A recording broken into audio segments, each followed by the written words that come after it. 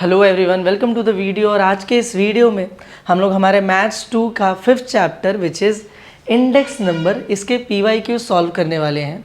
और ये वीडियो सिर्फ PYQ सॉल्व करने के लिए नहीं है, यही वीडियो तुम्हारे लिए वन शॉट का भी काम करेगी। रीज़न मैं तुम्हें बताता हूँ।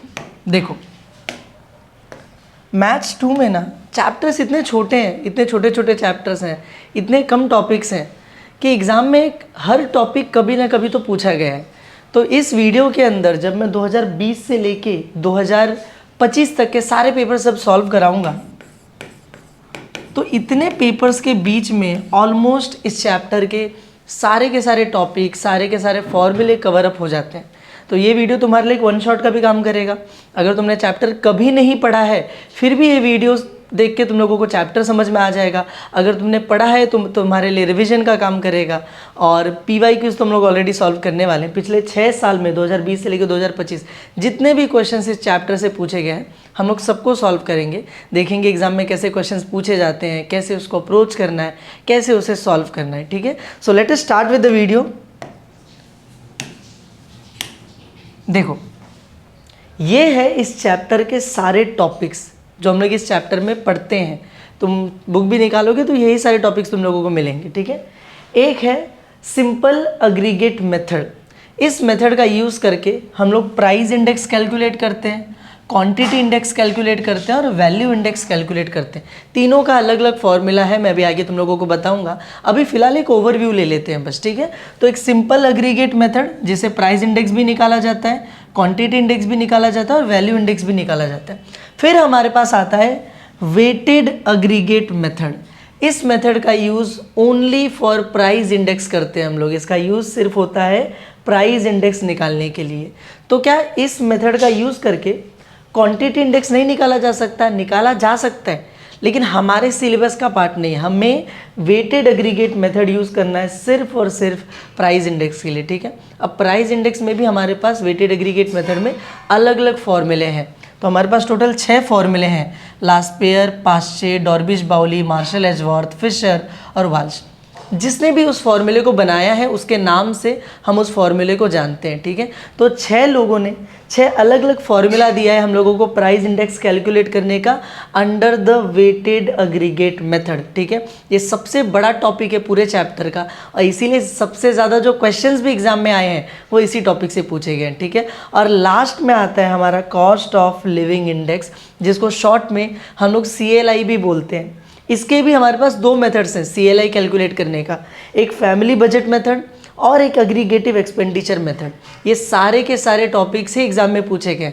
तो एक एक करके मैं एक एक टॉपिक पढ़ाऊंगा, फिर हम लोग पेपर बाय पेपर चलेंगे और देखेंगे उस टॉपिक के जो भी क्वेश्चंस हैं उनको सॉल्व करेंगे। ठीक है, सबसे पहले let us start with simple aggregate method. जैसा मैंने बताया था कि सिंपल मेथड है, सबसे आसान फॉर्मूला इसी के अंदर है और इसके अंदर 3 अलग अलग फॉर्मूले हैं। एक जिससे प्राइस इंडेक्स कैलकुलेट होता है, प्राइस इंडेक्स को डिनोट करते हैं P01 लिख के, ऊपर कैपिटल P लिखने का, नीचे सब टेक्स्ट के अंदर 01 लिखना है। Formula is summation P1 upon summation P0 into 100। ये फॉर्मूला कैसे यूज़ करना है, P1 क्या है, P0 क्या है, सीधे क्वेश्चन के अंदर देख लेंगे। ठीक है, ऐसे क्वांटिटी इंडेक्स है Q01 summation Q1 upon Q0 into में 100। ऐसे वैल्यू इंडेक्स का भी एक फॉर्मूला हमें यहाँ पर लिख कर दिया हुआ है। ठीक है, हम लोग सीधे पेपर्स पे चलते हैं और देखते हैं इसमें से क्वेश्चन कब पूछा गया था। क्वेश्चन सॉल्व करेंगे, हमें अपने आप ही चीज़ें समझ में आने लगेंगी। चलो एक बार फॉर्मेट भी दिखा देता हूँ कि मैंने कैसे क्वेश्चंस को डाला हुआ है। देखो, जुलाई 2025, तो अब जितने भी क्वेश्चन हैं वो जुलाई 2025 के आएंगे। फिर ऐसे ही जब मैं आगे बढ़ता हूँ तो Feb 2025, तो अब सारे क्वेश्चंस फरवरी 2025 के आएंगे। लेकिन हम लोग ऐसे नहीं सॉल्व करेंगे कि पहले जुलाई फिर Feb, हम टॉपिक बाय टॉपिक चलेंगे। तो सिंपल एग्रीगेट मेथड का क्वेश्चन हमें पूछा गया था एक ही बार, सिर्फ 1 या 2 क्वेश्चन ही हमें मिलेंगे इसके। ठीक है, रुको दिखाता हूँ तुम लोगों को।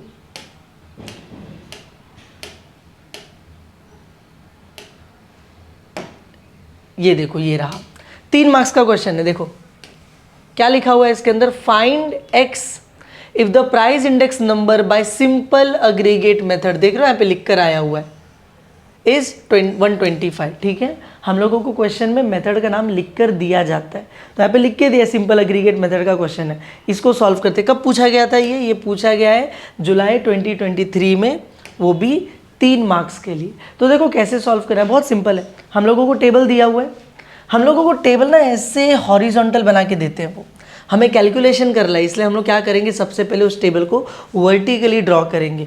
तो इसमें कमोडिटी लिखा था, मैंने कमोडिटीज़ लिख दिए सारे, बेस ईयर का प्राइस लिखा था वो लिख दिया, करंट ईयर का प्राइस लिखा था वो लिख दिया, जो भी डेटा दिया था हमने यहाँ पे क्या कर दिया, लिख दिया। क्वेश्चन में बोला क्या है, क्वेश्चन में बोला है कि फाइंड एक्स, हमें एक्स की वैल्यू फाइंड आउट करनी है, और प्राइस इंडेक्स नंबर ऑलरेडी दिया हुआ है, देखो लास्ट में लिख कर दिया 125।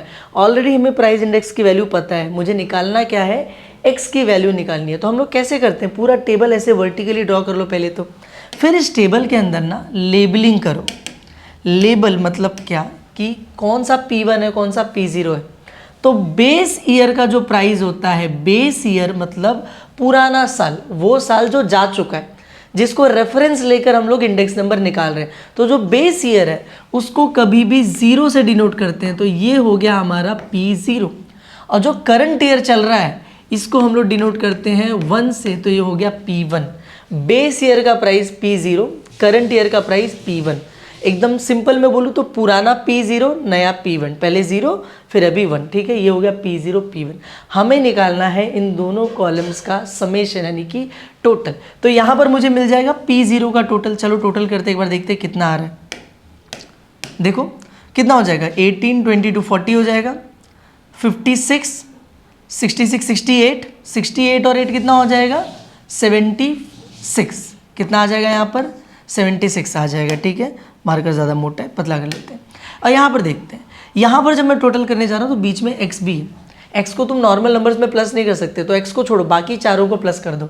तो कितना हो जाएगा, देखो हो जाएगा 30 के बाद दिस इज 50 58 के बाद 68 78 और 2 कितना हो जाएगा 80। तो ये आ गया 80, और x भी तो यहाँ पर है, उसको भी तो प्लस करना पड़ेगा, तो उसको हम लोग साइड में लिख देंगे प्लस x। तो मैंने दोनों P0 P1 का टोटल निकाल दिया। और अब मैं लगाऊंगा फॉर्मूला सिंपल एग्रीगेट मेथड का। और ये कौन सा मेथड, ये कौन सा फॉर्मूला लगेगा यहाँ पर, सिंपल एग्रीगेट में 3 है ना, price index, quantity index, value index. Question में लिख कर दिया है this is question for price index. यहाँ पर भी देखो प्राइजेस लिख कर दिए, तो मैं लिखूंगा therefore by simple aggregate method. तो सिंपल एग्रीगेट मेथड के हिसाब से P01 प्राइस इंडेक्स का formula is summation P1 upon summation P0 into में 100। ऊपर P1 आता है, नीचे P0 आता है, इंटू में 100। ये उल्टा मत करना, ऐसा मत करना कि पहले 0 लिखना फिर 1 लिखना। करंट ईयर कभी भी ऊपर, बेस ईयर कभी भी नीचे, ठीक है। तो P1, अब देखो इसमें से जिसकी वैल्यू पता है ना, पुट कर दो फटाफट से। P01 प्राइस इंडेक्स हम लोगों को क्वेश्चन में लिख कर दिया था, प्राइस इंडेक्स इज 125। तो मैं यहाँ पर लिख देता हूँ प्राइस इंडेक्स की जगह पे 125 मुझे पता है।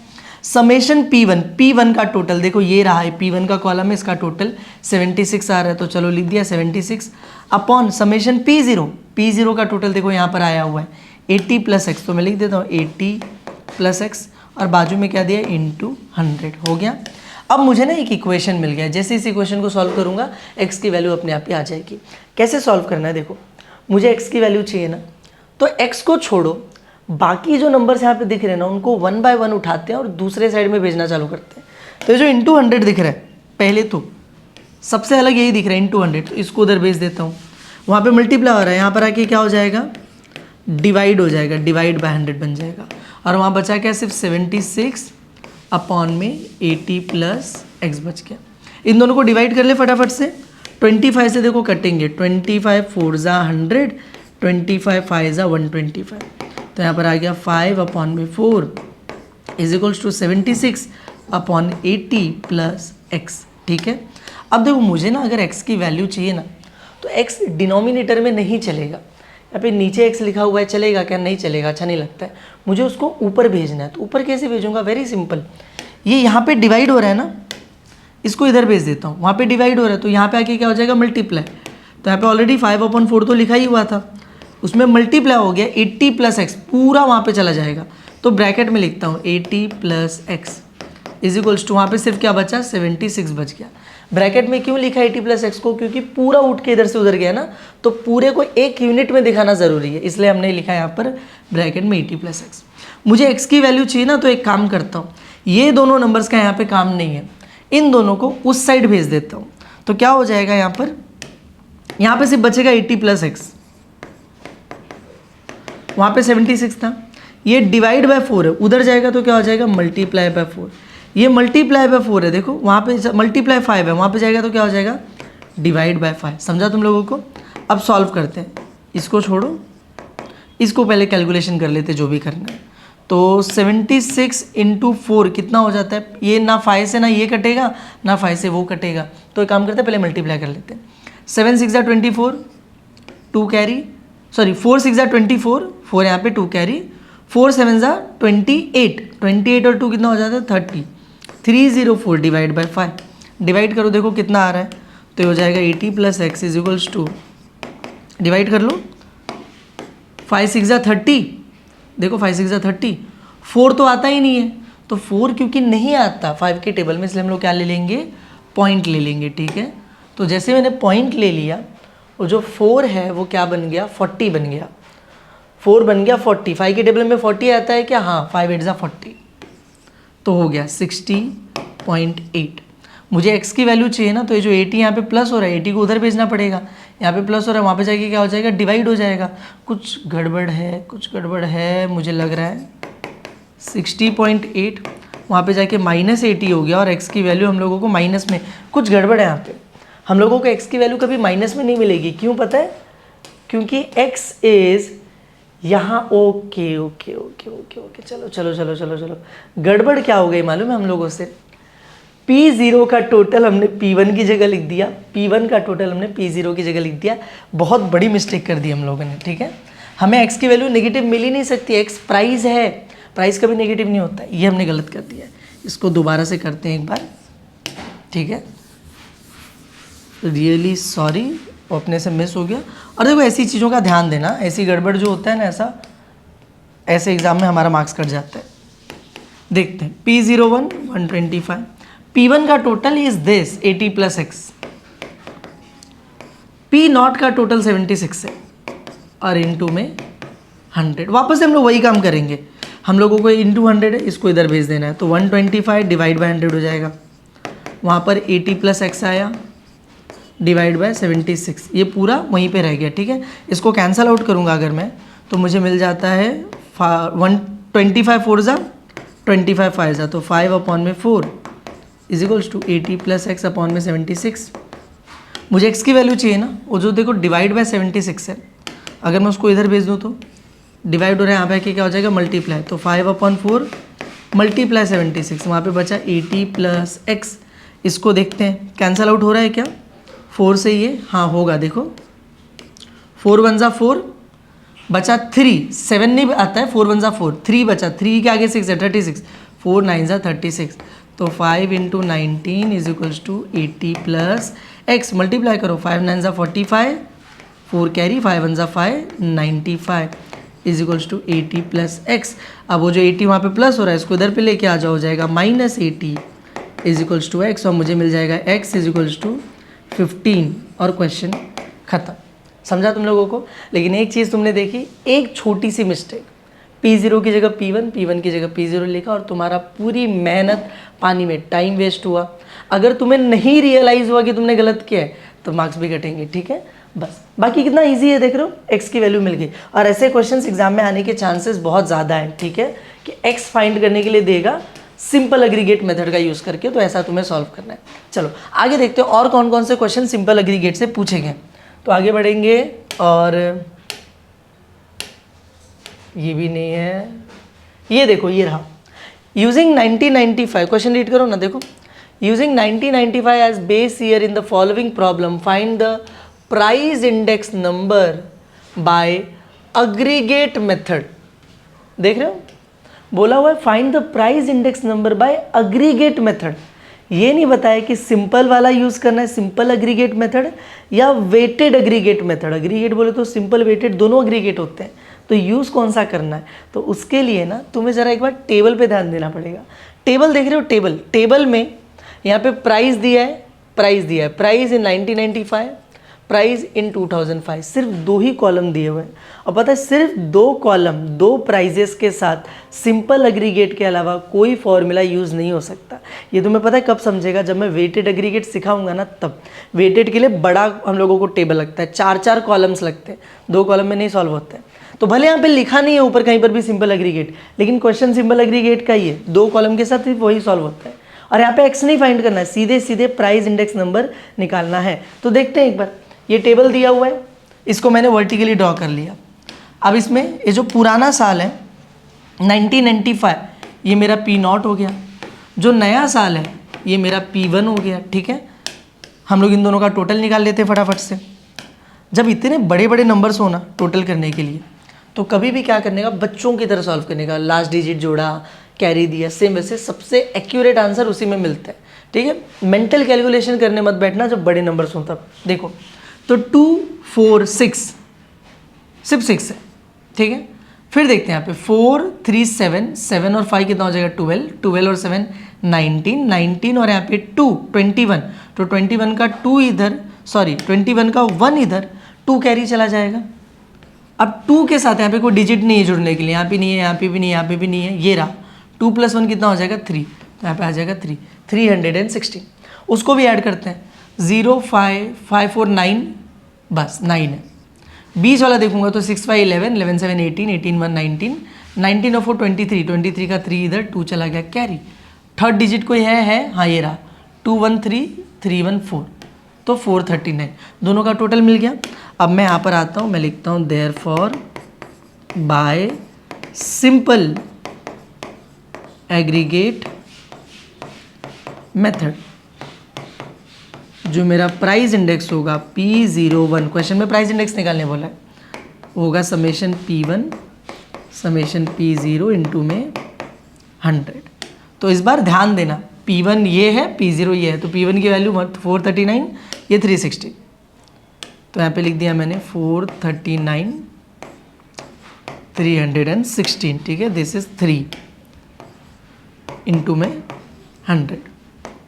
अब इसमें बस हम लोगों को सिंपल, देखो ये तो दिया नहीं है, यही कैलकुलेट करना है बस। अब इसको कैलकुलेट करने के लिए जो मेहनत लगेगी वही, बाकी तो 3 मार्क्स का क्वेश्चन बहुत इजीली सॉल्व हो जा रहा है। इन दोनों को कैलकुलेट करते हैं फटाफट से, बच्चों की तरह डिवाइड करेंगे एकदम। 439 को डिवाइड करना है 316 से। ठीक है, मुझे 316 का टेबल तो आता नहीं है, लेकिन मुझे इतना पता है कि 316 का अगर मैं डबल करूँगा, मतलब 2 जा लूँगा, तो 300 का 600 हो जाएगा डबल में। और मुझे यहाँ पर जो नंबर दिख रहा है वो 439 दिख रहा है, तो 600 चलेगा क्या, नहीं। 400 से छोटा नंबर चाहिए, तो छोटा नंबर तो वंजा में ही मिलेगा, तो मैं लेता हूँ वंजा 316, माइनस करो 3 में से 1 गया 2 1 123 बचा। क्या 316 में 123 आता है टेबल में? नहीं आता है। तो इससे छोटा कोई नंबर आएगा? नहीं आएगा, तो पॉइंट लेना पड़ेगा। तो मैंने यहाँ पे ले लिया पॉइंट। ठीक है, यहाँ पे लग गया एक 0। अब मुझे देखना है 316 के टेबल में 1230 या आएगा या नहीं आएगा। तो देखो ध्यान से सुनना, तुम 316 का टेबल तो पढ़ोगे नहीं, ठीक है, लेकिन कॉमन सेंस लगाओ थोड़ा। 300, 16 छोड़ दो, 300, और यहाँ पर जो है वो क्या है 1200। देखो कॉमन सेंस लगाओ, 300 और 1200, 300 से अगर 1200 पहुँचना है तो तुम्हें नहीं लगता 4 जा करना पड़ेगा, 3 4 जा 12। तो मैं एक बार 316 4 जा निकाल के देख लेता हूँ। तो 4 6 जा 24, 4 1 जा 4, 6 हो जाएगा, 4 3 जा 12, 1264 आ गया। लेकिन ये तो बड़ा नंबर है इससे, तो मुझे समझ में आ गया कि 3 जा एग्जैक्ट वैल्यू देगा जो मुझे चाहिए। 18 1 जा 3 4 3 3 जा 9 948। तो मैंने ले लिया 3 जा 948 और माइनस करते हैं इसको। तो देखो 0 में से 8 तो जाएगा नहीं, 10 में से 8 गया तो 2 बचा। अब ये 2 हो चुका है और 2 में से 4 जाएगा नहीं, तो 12 में से 4 गया तो 8 बचा। फिर ये 1 हो चुका है, 1 में से 9 नहीं जाएगा, कॉमन ले लिया, 11 हो गया वो, 11 में से 9 गया तो 2 बचा, 282 मेरा बच जाता है। पॉइंट की वजह से आगे क्या आ जाएगा 0। तो अब मुझे 316 के टेबल में 2820 देखना, वापस से कॉमन सेंस काम आएगा। मुझे 300 दिया हुआ है, 300 दिया हुआ है और मुझे 2800 चाहिए। 3 के टेबल में 28 आता है कि नहीं? 3 के टेबल में 27 आता है नाइन्जा में, तो 316 नाइन्जा देखते हैं ना एक बार। तो 9 6 जा 54, 4 यहाँ पर, 5 यहाँ पर, 9 1 जा 9 और ये 14 हो जाएगा, 4 यहाँ पे 1 यहाँ पे, 9 3 जा 27 28, 2844। लेकिन ये तो बड़ा नंबर है इससे, तो 8 जा वो प्रॉपर नंबर होगा जो मुझे यहाँ पर लिखना होगा। 8 6 जा 48, 8 इधर, 4 इधर, 8 1 जा 8, 12 2 इधर, 1 इधर, 8 3 जा 24 25, 2528। तो यहाँ पे मैं लिख देता हूँ 2528। मैं माइनस करूँगा, 10 में से 8 गया तो 2 बचा, 11 में से 2 गया तो 9 बचा, 7 में से 5 गया तो 2 बचा, 2 में से 2 गया तो 0 बचा, 292 बच रहा है हमारा। और पॉइंट की वजह से क्या आ जाएगा? 0, ठीक है। और हमने कौन सा लिया? 8 जा लिया था, तो 8 जा लिख दो यहाँ पर। हमें 2 पॉइंट तक आंसर मिल चुका है, पर हमें चाहिए कितना? 2 पॉइंट तक चाहिए क्या? नहीं, मुझे 4 डिजिट तक जाना है, ठीक है, 4 डिजिट तक। क्यों? मैं आगे रीज़न बताता हूँ। तो आगे देखते हैं। अब 316 के टेबल में 2920 आएगा क्या? नहीं, ये नहीं आएगा, लेकिन मुझे पता है, ये देखो 369 जा 2844 आएगा। और मुझे पता है कि इसका सबसे पास वाला जो नंबर है 2920 की, वो यही है 2844। तो लिख देते 9 जा 2844, माइनस करो, 10 में से 4 गया 6 बचा, 11 में से 4 गया तो 7 बचा, 8 में से 8 0, 2 में से 2 गया 0, 76 बच रहा है बस, वेरी इजी। अब पॉइंट की वजह से क्या लग गया? 0 लग गया। अब 316 के टेबल में 760 आता है क्या? तो मुझे पता है डबल करूंगा, अगर मैं 316 12 2 लूँगा तो 600 के आसपास आएगा, जो इसका सबसे पास वाला नंबर होगा। तो 2 मैं ले लेता हूँ, और कितना हो जाएगा? 732। अब इसको आगे माइनस वाइनस करने की ज़रूरत ही नहीं है, मुझे 4 डिजिट तक आंसर मिल चुका है, 1.3892 इंटू में 100। जैसे ही तुम किसी नंबर को 100 से मल्टीप्लाई करते हो, जो पॉइंट होता है वो 2 प्लेस आगे शिफ्ट हो जाता है, तो 1 2, ये हो जाएगा 138.92 and this is my price index. खत्म हो गया क्वेश्चन। समझा तुम लोगों को? ये जो डिवीजन है तुम लोग रफ में करना, ये वहीं पे करके मत दिखा देना, ठीक है? तो ये रफ में करना और ये तुम्हारा फाइनल आंसर है। जो ओवरऑल टाइम लगने वाला है वो सिर्फ और सिर्फ तुम्हारा डिवीजन में लगेगा, प्लस तुरंत हो जाता है। टेबल बनाने में कितना टाइम लगता है, फॉर्मूला कितना चेंज है, ठीक है? क्वेश्चन खत्म। आगे बढ़ते हैं, देखते हैं और कोई क्वेश्चन है सिंपल वाले से? नहीं, ठीक है। और एक चीज, जो भी ऑब्जेक्टिव है वो लास्ट में करेंगे, क्योंकि ऑब्जेक्टिव तभी अच्छे से समझ में आता है जब पूरा चैप्टर आता हो, तो उसको लास्ट में करेंगे सारे टॉपिक खत्म होने के बाद। चलो, सिंपल एग्रीगेट मेथड से सिर्फ यही 2 क्वेश्चंस पूछे गए थे, उसमें भी सिर्फ प्राइस इंडेक्स ही यूज हुआ, क्वांटिटी और वैल्यू इंडेक्स नहीं था। लेकिन रुको, वैल्यू इंडेक्स का भी आई थिंक कोई क्वेश्चन था उसमें, हमसे मिस हुआ लगता है। 1 मिनट रुको, आई थिंक उसमें पूछा था एक क्वेश्चन वैल्यू इंडेक्स का। हाँ, सिंपल एग्रीगेट का एक और क्वेश्चन बचा हुआ है। ये वाला क्वेश्चन देखो, देखो क्या दिया हुआ है, find the value index number by using simple aggregate method. ये एक क्वेश्चन बस बचा है सिंपल एग्रीगेट का। इसमें क्या निकालने को दिया है? वैल्यू इंडेक्स निकालने को दिया है, ठीक है? तो वैल्यू इंडेक्स का फॉर्मूला यूज करेंगे। इसमें देखो बड़ा सा टेबल दिया हुआ है, क्योंकि वैल्यू इंडेक्स में बड़ा टेबल यूज होता है। हमें ये पूरा टेबल ड्रॉ करना है अपने पेपर के अंदर वापस से। मैंने तो कॉपी पेस्ट कर दिया है, क्योंकि ऑप्शन है, तुम्हारे पास नहीं होगा, ड्रॉ करना पड़ेगा। एक बार ये टेबल बने तो इसमें 2 नए कॉलम बना दो। और करना क्या है, पहले तो ये जो चारों कॉलम्स है ना, इनको लेबल करना स्टार्ट करो। यहाँ पे लिखा है बेस ईयर। बेस का मतलब पुराना साल होता है, तो बेस ईयर का जो प्राइस होता है उसको लिखते हैं P0। P0 0 से डिनोट करते हैं। बेस ईयर की जो क्वांटिटी होती है उसको क्या लिखते हैं? Q0। ये P0, ये Q0।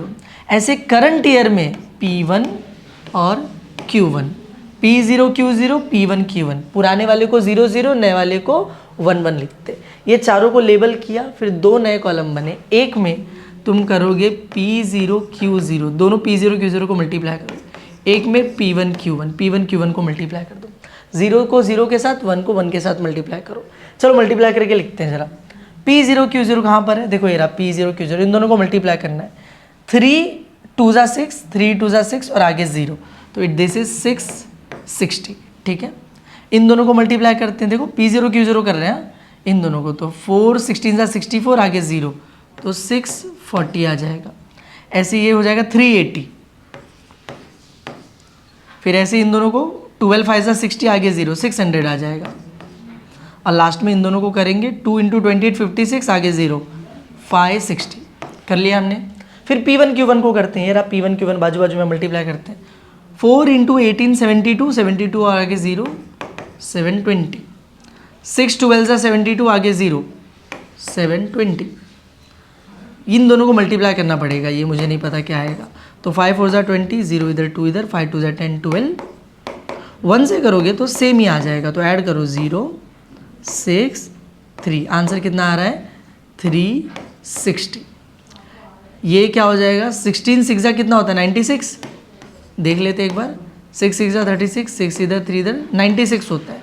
तो 16 6 96 और आगे 0, 960। और इन दोनों को करो 25 × 36 से करना पड़ेगा। 6 5 30, 0 इधर 3 इधर, 6 2 12 15, 3 5 15, 5 इधर 1 इधर, 3 2 6 7। ऐड करो तो 0 0 1 900। तो यहाँ पे आ जाएगा 900। Very very simple. लेकिन याद रखना, अगर एक सिंगल कैलकुलेशन मिस्टेक हुई ये मल्टीप्लाई करते टाइम भी, तो आगे तुम जो भी करोगे सब गलत हो जाएगा, एक भी नंबर गलत हुआ तो। ठीक है, चलो देखते हैं। अब इसको टोटल निकालते हैं। तो क्या करेंगे कि गलत नहीं हो, वेरी सिंपल, इत्मीनान से सॉल्व करो, शांति से सॉल्व करो। थोड़ा टाइम जाएगा चलेगा, ठीक है, भागना मत। गलत करने से तो बेटर है कि थोड़ा धीरे करो और सही करो। देखते हैं, इन दोनों का टोटल करना है, सिर्फ इन दोनों का टोटल चाहिए। जो हमने नए कॉलम्स बनाए हैं सिर्फ इनका टोटल चाहिए। करते हैं 0 0 0 0 0, 0 आ गया। 2 2 4 10 16, 16 का 6 इधर 1 कैरी, 8 7 15 18 27 36, 3 6 6 0। ठीक है, यहाँ पे देखो 0 0 0 सब 0 आ गया। 6 4 10 18, 18 6 ना 24, तो 4 यहाँ पे 2 कैरी, 2 6 8, 8 और 6 14 17 23 28। हो गया मेरा काम, दोनों का टोटल आ गया। अब मैं नीचे आऊँगा और मुझे निकालना क्या है वैल्यू इंडेक्स। तो वैल्यू इंडेक्स का फॉर्मूला लगाऊंगा सिंपल एग्रीगेट का। तो मैं लिखूंगा therefore by simple aggregate method formula is very simple, V01, value index को V01 से डिनोट करते हैं। ऊपर P1 Q1 आ जाता है, नीचे P0 Q0 आ जाता है, इंटू 100, यही फॉर्मूला है। तो P1 Q1 ये देखो लास्ट में निकाला है हमने 3660। P0 Q0 देखो यहाँ पे हमने निकाला है 2840 इंटू में 100। ठीक है, अब देखो इसको तुम डिवाइड कैसे करोगे, पहले तो 0 0 कट जाएगा, तो तुम्हें मिलेगा 366 डिवाइड बाई 284 इंटू 100। अब इसके आगे जो डिवीजन करना है वो तुम्हारी मर्जी, तुम्हें कैसे करना है। तुम चाहो तो इसको काट काट के छोटा करो, 2 के टेबल से कटेगा और छोटा हो जाएगा और छोटा, लास्ट में तुम्हें डिवाइड करना है। या डायरेक्टली ऐसे ही डिवाइड कर दो जैसे हमने पिछले क्वेश्चन में किया था। ठीक है, वो भी मैंने तुम्हें सिखाया कैसे करना है, बच्चों की तरह करना है जो भी करना है। ठीक है, और आंसर आ जाता है। फिलहाल के लिए टाइम नहीं वेस्ट करते हैं, मैं कैलकुलेटर से आंसर निकाल रहा हूँ, लेकिन तुम लोग याद रखना तुम लोगों को डिवीजन करना पड़ेगा। तो 366 डिवाइड बाई 284 आंसर आएगा 1.2887 इंटू में 100। तो 100 से मल्टीप्लाई होते 2 डिजिट आगे शिफ्ट हो जाएगा 128.87। This is our value index. Question खत्म, आसान है एकदम, चिंदी क्वेश्चन है। चलो आगे बढ़ते हैं, बस सिंपल एग्रीगेट का अब खत्म, अब प्रॉपर खत्म हो गया। अब नेक्स्ट टॉपिक पे चलते हैं। लेकिन हाँ इतना ध्यान रखना, क्वांटिटी इंडेक्स का कोई क्वेश्चन नहीं आया। कैसे सॉल्व करेंगे, सेम जैसे प्राइस इंडेक्स में P1 P0 टोटल करते थे, क्वांटिटी में Q1 Q0 करेंगे, सिंपल ही है। ठीक है, आगे बढ़ते हैं। अगला टॉपिक है वेटेड एग्रीगेट मेथड। इसमें 6 फॉर्मूले हैं, सारे के सारे फॉर्मूले प्राइस इंडेक्स ही निकालते हैं। देखो हर जगह पे P01 P01 P01 P P P, लेकिन अलग अलग फॉर्मूले अलग अलग लोगों ने बनाए हैं। तो पहला एक फॉर्मूला हमारे पास लास्पेयर, फिर पाश्चे, फिर डॉर्बिश बाउली, फिर यहाँ पे तुम लोगों को नाम दिख रहा है फिशर, मार्शल एजवर्थ, नीचे वाल्शे। ये सारे फॉर्मूले तुम्हें याद करने पड़ेंगे क्योंकि ऑब्जेक्टिव में भी फॉर्मूला पूछता है, फिल इन द ब्लैंक्स में देता है ये फॉर्मूला लिखो, MCQ में बोलता है इसका फॉर्मूला सेलेक्ट करो, ट्रू और फॉल्स में फॉर्मूला दे देता है, बोलता है बताओ ये फॉर्मूला सही है कि गलत है। तो कभी कभी सही देता है, कभी गलत फॉर्मूला देता है, तो तुम्हें फॉर्मूला आएगा तभी कर पाओगे, और क्वेश्चन में तो काम आएगा ही आएगा। ठीक है, मैं तुम्हें एक ट्रिक बताता हूँ, ट्रिक भी नहीं, एक तरीका बताता हूँ याद करने का। सारे के सारे फॉर्मूले में एक चीज़ कॉमन मिलेगी, मालूम है क्या? ऊपर P1 नीचे P0, सारे फॉर्मूले में कॉमन है। तो देखो, ऊपर P1 नीचे P0, ऊपर P1 नीचे P0, तो फर्क किधर आता है? लास्ट पेयर में P1 P0 के साथ हम एक वेट अटैच करते हैं, वो वेट सब में अलग अलग है, याद रखना। बदलेगा कैसे? वेट बदल जाता है, जो वेट एक्स्ट्रा हमें लगाना है। तो P1 P0 कांस्टेंट रहने वाले सारे फॉर्मूले के अंदर वेट बदलता है, तो यहाँ पर वेट के नाम पे क्या लगा? Q0 Q0, और वेट याद रखना, जो वेट ऊपर लगेगा वही वेट नीचे लगेगा। तो P1 P0 कांस्टेंट है, Q0 एज अ वेट लगा दिया लास्ट पेयर ने। पास्टे ने क्या किया? P1 P0 कांस्टेंट है, अच्छा यहाँ पे मैंने गलत लिख दिया, ये Q0 नहीं Q1 है। ठीक है, ठीक है, पास्टे ने क्या कर दिया? Q1 को वेट की तरह वहाँ पे यूज़ कर लिया, बाकी P1 P0 कांस्टेंट है। ऐसे जब तुम नीचे आते हो यहाँ पर, तो फिर एक फॉर्मूला आता है डॉर्बिश बाउली का। अब डॉर्बिश बाउली में क्या होता है मालूम है? देखो, ऊपर दो फॉर्मूले बने थे, एक लास्ट पेयर का बना था, एक पास्टे का। फर्क सिर्फ वेट का था, यहाँ पे Q0 वेट था, यहाँ पे Q1 वेट था। ये भाई साहब ने क्या किया? उन दोनों फॉर्मूले को उठाया, उनको प्लस किया, डिवाइड बाय 2, मतलब एवरेज निकाल दिया दोनों का। तो दोनों फॉर्मूले को प्लस करो, डिवाइड बाय 2, तो बनता है डॉर्बिश बाउली का फॉर्मूला है। देखो, लास्ट पेयर का फॉर्मूला देख लो, लास्ट पेयर का फॉर्मूला वो कॉपी पेस्ट, प्लस पास्टे का formula copy paste, divide by 2, और इंटू 100 को बाहर लिख दिए। ठीक है, ये बन गया हमारा फॉर्मूला किसके लिए? डॉर्बिश बाउली के लिए। तो अगर तुम लोगों को लास्ट पेयर याद हो गया, पास्टे याद हो गया, तो डॉर्बिश बाउली अपने आप याद हो जाएगा ना, last pair plus Paasche divide by 2, खत्म हो गया, इतना सही है। ठीक है, ये दोनों याद कर लो, ये अपने आप याद हो जाता है। इन दोनों में भी क्या याद करना? वेट, यहाँ पे Q0 वेट डालेंगे, यहाँ पे Q1 का वेट डालेंगे, और कुछ भी नहीं है। ठीक है, ये डॉर्बिश बाउली बन गया। लेकिन रुको, मैं क्या बोल रहा हूँ, अगर डॉर्बिश बाउली में यही करना है कि लास्ट पेयर का फॉर्मूला प्लस पास्टे का फॉर्मूला डिवाइड बाय 2 करना है, तो वो दोनों फॉर्मूला लिखने की जगह सीधे लास्ट पेयर का आंसर निकाल के डाल देते हैं ना, पास्टे का आंसर निकाल के डाल देते हैं, तो वैसे भी चलेगा। देखो, डॉर्बिश बाउली का ये वाला फॉर्मूला भी यूज़ होता है। सीधे लास्ट पेयर इंडेक्स जो आया वो डालो, प्लस पास्टे का इंडेक्स डालो, डिवाइड बाय 2। पूरा इतना बड़ा चौड़ा लंबा चौड़ा फॉर्मूला लिखने की ज़रूरत नहीं है। तुम पूछोगे एग्जाम में कौन सा यूज़ करना है, अगर डॉर्बिश बाउली पूछा तो ऊपर वाला या नीचे वाला, तो मैं बताता हूँ एग्जाम में नीचे वाला फॉर्मूला यूज़ होता है, और आसान भी यही है। देखो ना, तुम लोग खुद बताओ मेरे को, ऊपर वाला ज़्यादा आसान लगा कि नीचे वाला? ये ज़्यादा आसान है, एग्जाम में भी यही यूज़ होता है। तो डॉर्बिश बाउली के लिए ये फॉर्मूला याद कर लो, Laspeyres plus Paasche divide by 2, खत्म हो गया। आगे बढ़ते हैं, अगला फॉर्मूला फिशर का। तो फिशर भाई साहब ने क्या किया? इन्होंने भी वही किया, इन्होंने रूट के अंदर लास्ट पेयर का फॉर्मूला और पास्टे का फॉर्मूला दोनों को मल्टीप्लाई कर दिया। देखो, यही लास्ट पेयर और पास्टे दोनों के फॉर्मूले हैं, रूट के अंदर दोनों को मल्टीप्लाई किया, काम खत्म हो गया हमारा, बन गया फिशर का फॉर्मूला। ये भी एवरेज होता है, इसको ज्योमेट्रिक मीन बोला जाता है, ये सब छोड़ो, लेकिन ऐसा फॉर्मूला रूट के अंदर दोनों को मल्टीप्लाई किया है। ठीक है, लेकिन मैं क्या बोल रहा हूँ, ये फॉर्मूले में अगर इन्हीं दोनों को मल्टीप्लाई कर रखा है, तो इतना बड़ा क्यों याद करने की जरूरत है? सीधे ये कर लेते हैं ना। एग्जाम में कौन सा यूज़ करते हैं? यही वाला यूज़ किया जाता है। सीधे सीधे रूट के अंदर लास्ट पेयर का जो इंडेक्स आया डाल दो, इंटू पास्टे का इंडेक्स डाल दो, काम खत्म। समझा तुम लोगों को? तो ये बन गया डॉर्बिश बाउली, ये बन गया फिशर। फिर आता है मार्शल एजवर्थ।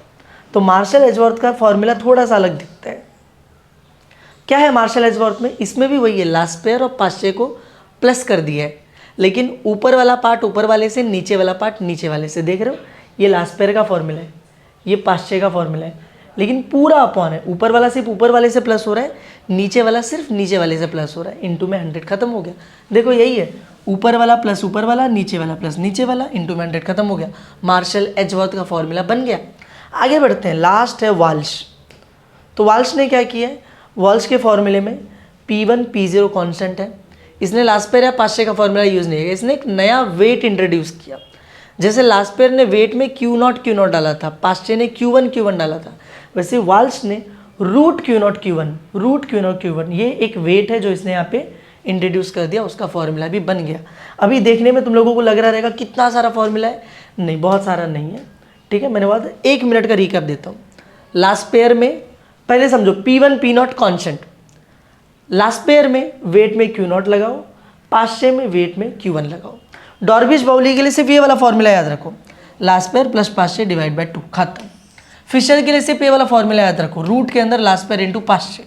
मार्शल एजवर्थ ऊपर वाले से प्लस करेंगे इन दोनों का, नीचे वाले से प्लस करेंगे। और वाल्श के लिए रूट में Q naught Q one is a weight. समझा तुम लोगों को? एक बार मैं यहाँ से सामने से हट जाता हूँ, ये लो सारे फॉर्मूले, तुम लोगों को अगर स्क्रीनशॉट लेना है, कुछ भी लेना है तो तुम ले लो, पढ़ना, ठीक है? चलो अब चलते हैं क्वेश्चन सॉल्व करते हैं इसमें से, देखते हैं क्या क्या पूछा गया इसमें से। तो ऑब्जेक्टिव में भी क्वेश्चन है इसके, लेकिन ऑब्जेक्टिव हम लोग लास्ट में करेंगे, तो हम लोग सीधे सॉल्व करने वाला देखते हैं किधर है। देखो ये रहा, मिल गया। ये देखो ये वाला क्वेश्चन कितने मार्क्स का क्वेश्चन है? देखो 3 मार्क्स का क्वेश्चन है। क्या पूछा हुआ है? Calculate the Walsh price index number. Walsh वाला प्राइस इंडेक्स नंबर निकालना है, जो लास्ट फॉर्मूला पढ़ाया था रूट वाला, वो वाला कैलकुलेट करना हम लोगों को प्राइस इंडेक्स। 3 मार्क्स के लिए क्वेश्चन पूछा गया है। कौन से साल में पूछा गया है? जुलाई 2025 के अंदर पूछा गया है, ठीक है? चलो सॉल्व करते हैं। क्या करेंगे हम लोग इसको? पहले तो ये जो टेबल दिया है ना, ये टेबल बना लो। देखो ये रहा, हमने टेबल बना लिया भाई, पूरा टेबल बना लिया। टेबल को लेबल करो। लेबल कैसे करते हैं? बेस यानी पुराना साल, तो price P0, quantity Q0। Current year यानी नया वाला साल, प्राइस P1, क्वांटिटी Q1। ये तुम लोगों को अभी तक समझ में आ गया होगा। पुराना P0 Q0, नया P1 Q1। और नीचे आगे 4 कॉलम्स बना दो। 4 कॉलम में क्या क्या आएगा ध्यान से देखना। पहले कॉलम में हम लोग लिखते हैं Q0 Q1, Q0 Q1 दोनों बाजू बाजू में, मतलब मल्टीप्लाई करके लिखना है दोनों को। फिर उसके अगले कॉलम में हम लोग लिखते हैं रूट के अंदर Q0 Q1। पहले Q0 Q1 को मल्टीप्लाई करेंगे, फिर वो जो मल्टीप्लाई किया उसका रूट कर देंगे, ठीक है? फिर उसके अगले वाले में हम लोग लिखते हैं P1 के साथ Q0 Q1, रूट में Q0 Q1। मतलब जो रूट का आंसर आया उसको P1 में मल्टीप्लाई करेंगे। इसको थोड़ा पतले मार्कर से लिखता हूँ ताकि वहाँ पे फिट हो जाए। P1 रूट के अंदर Q0 Q1, और यहाँ पे P0 के साथ रूट के अंदर Q0 Q1। Very simple, 4 column बनेंगे और हमारा काम हो जाएगा। Q0 Q1 रूट के अंदर Q0 Q1। फिर जो रूट आया उसको एक बार P1 के साथ मल्टीप्लाई करो, उसी रूट को एक बार P0 के साथ मल्टीप्लाई करो। फटाफट से इनको फिलअप करते हैं, ज़रा देखते हैं। पहले क्या है? Q0 Q1 को मल्टीप्लाई करना है। ये रहा Q0, ये रहा Q1, इन दोनों को मल्टीप्लाई करना है। करते हैं। 8 2 16, 16 9 कितना होता है? रुको, 8 2 पहले 16 लिख देते हैं। 16 9 कितना होता है? 16 10 160। 160 में से 16 निकाल दो, कितना बचेगा? देखो मुझे नहीं आता 16 का टेबल। 6 9 54, 9 1 9, और कितना हो जाएगा? 5 ऐड करेंगे तो 14, 144। तो दिस इज 144, ठीक है? एंड लास्ट में 18 इंटू 32 करते मल्टीप्लाई। 2 8 16, 2 1 2, 3 3 8 24, 3 1 3, और ये हो जाएगा 5। ऐड करो 8 7 5, ठीक है? 8 2 16, यहाँ पे 6 आएगा। 8 2 16, 6 इधर, 1 इधर, 2 1 2, 1 कैरी किया, 3 24, 4 एंड 2 है, 3 3 4। This would be 6। 576 हमारा आंसर आ जाएगा, ठीक है? दोनों को मल्टीप्लाई करके हो गया हमारा काम सिंपल। वो एक बार कॉलम मिल गया, फिर अगले कॉलम पे चलते हैं। रूट में Q0 Q1, मतलब जो भी Q0 Q1 का आंसर आया उसका रूट कर दो, स्क्वायर रूट ले लो। तो 16 का स्क्वायर रूट क्या होता है? 4। 144 किसका स्क्वायर है? 12 का। 576 किसका स्क्वायर है? आई थिंक 24 का है, मैं भूल गया हूँ, लेकिन मुझे लगता है 24 का है। चेक कर ले एक बार। 24 20 28, 2 8 16, 6 इधर 1 इधर, 5 पक्का इसी का है, 24 का है। दिस इज 24 का स्क्वायर रूट ले लिया हमने। फिर आगे बढ़ते हैं। अब जो स्क्वायर रूट आया उसको मल्टीप्लाई करना हम लोगों को P1 के साथ। P1 कहाँ पे है सर जी? तो ये रहा P1 का कॉलम, देख रहे हो P1 का कॉलम, इसमें मल्टीप्लाई करना है जो रूट आया आंसर उसका। तो 3 इंटू एरा रूट में 4 आया, 3 4 जा, देखो 3 4 जा 12। ऐसे अगले में 8 12 जा, 12 8 जा कितना होता है? 96। फिर अगले में 24 7 जा, 7 4 जा 28 होता है, 2 कैरी जाएगा, 7 2 जा 14, 16 168 आ गया। सिंपल हो गया हमारा काम। फिर लास्ट में क्या करना है? जो रूट का आंसर आया उसको P0 से मल्टीप्लाई करना है।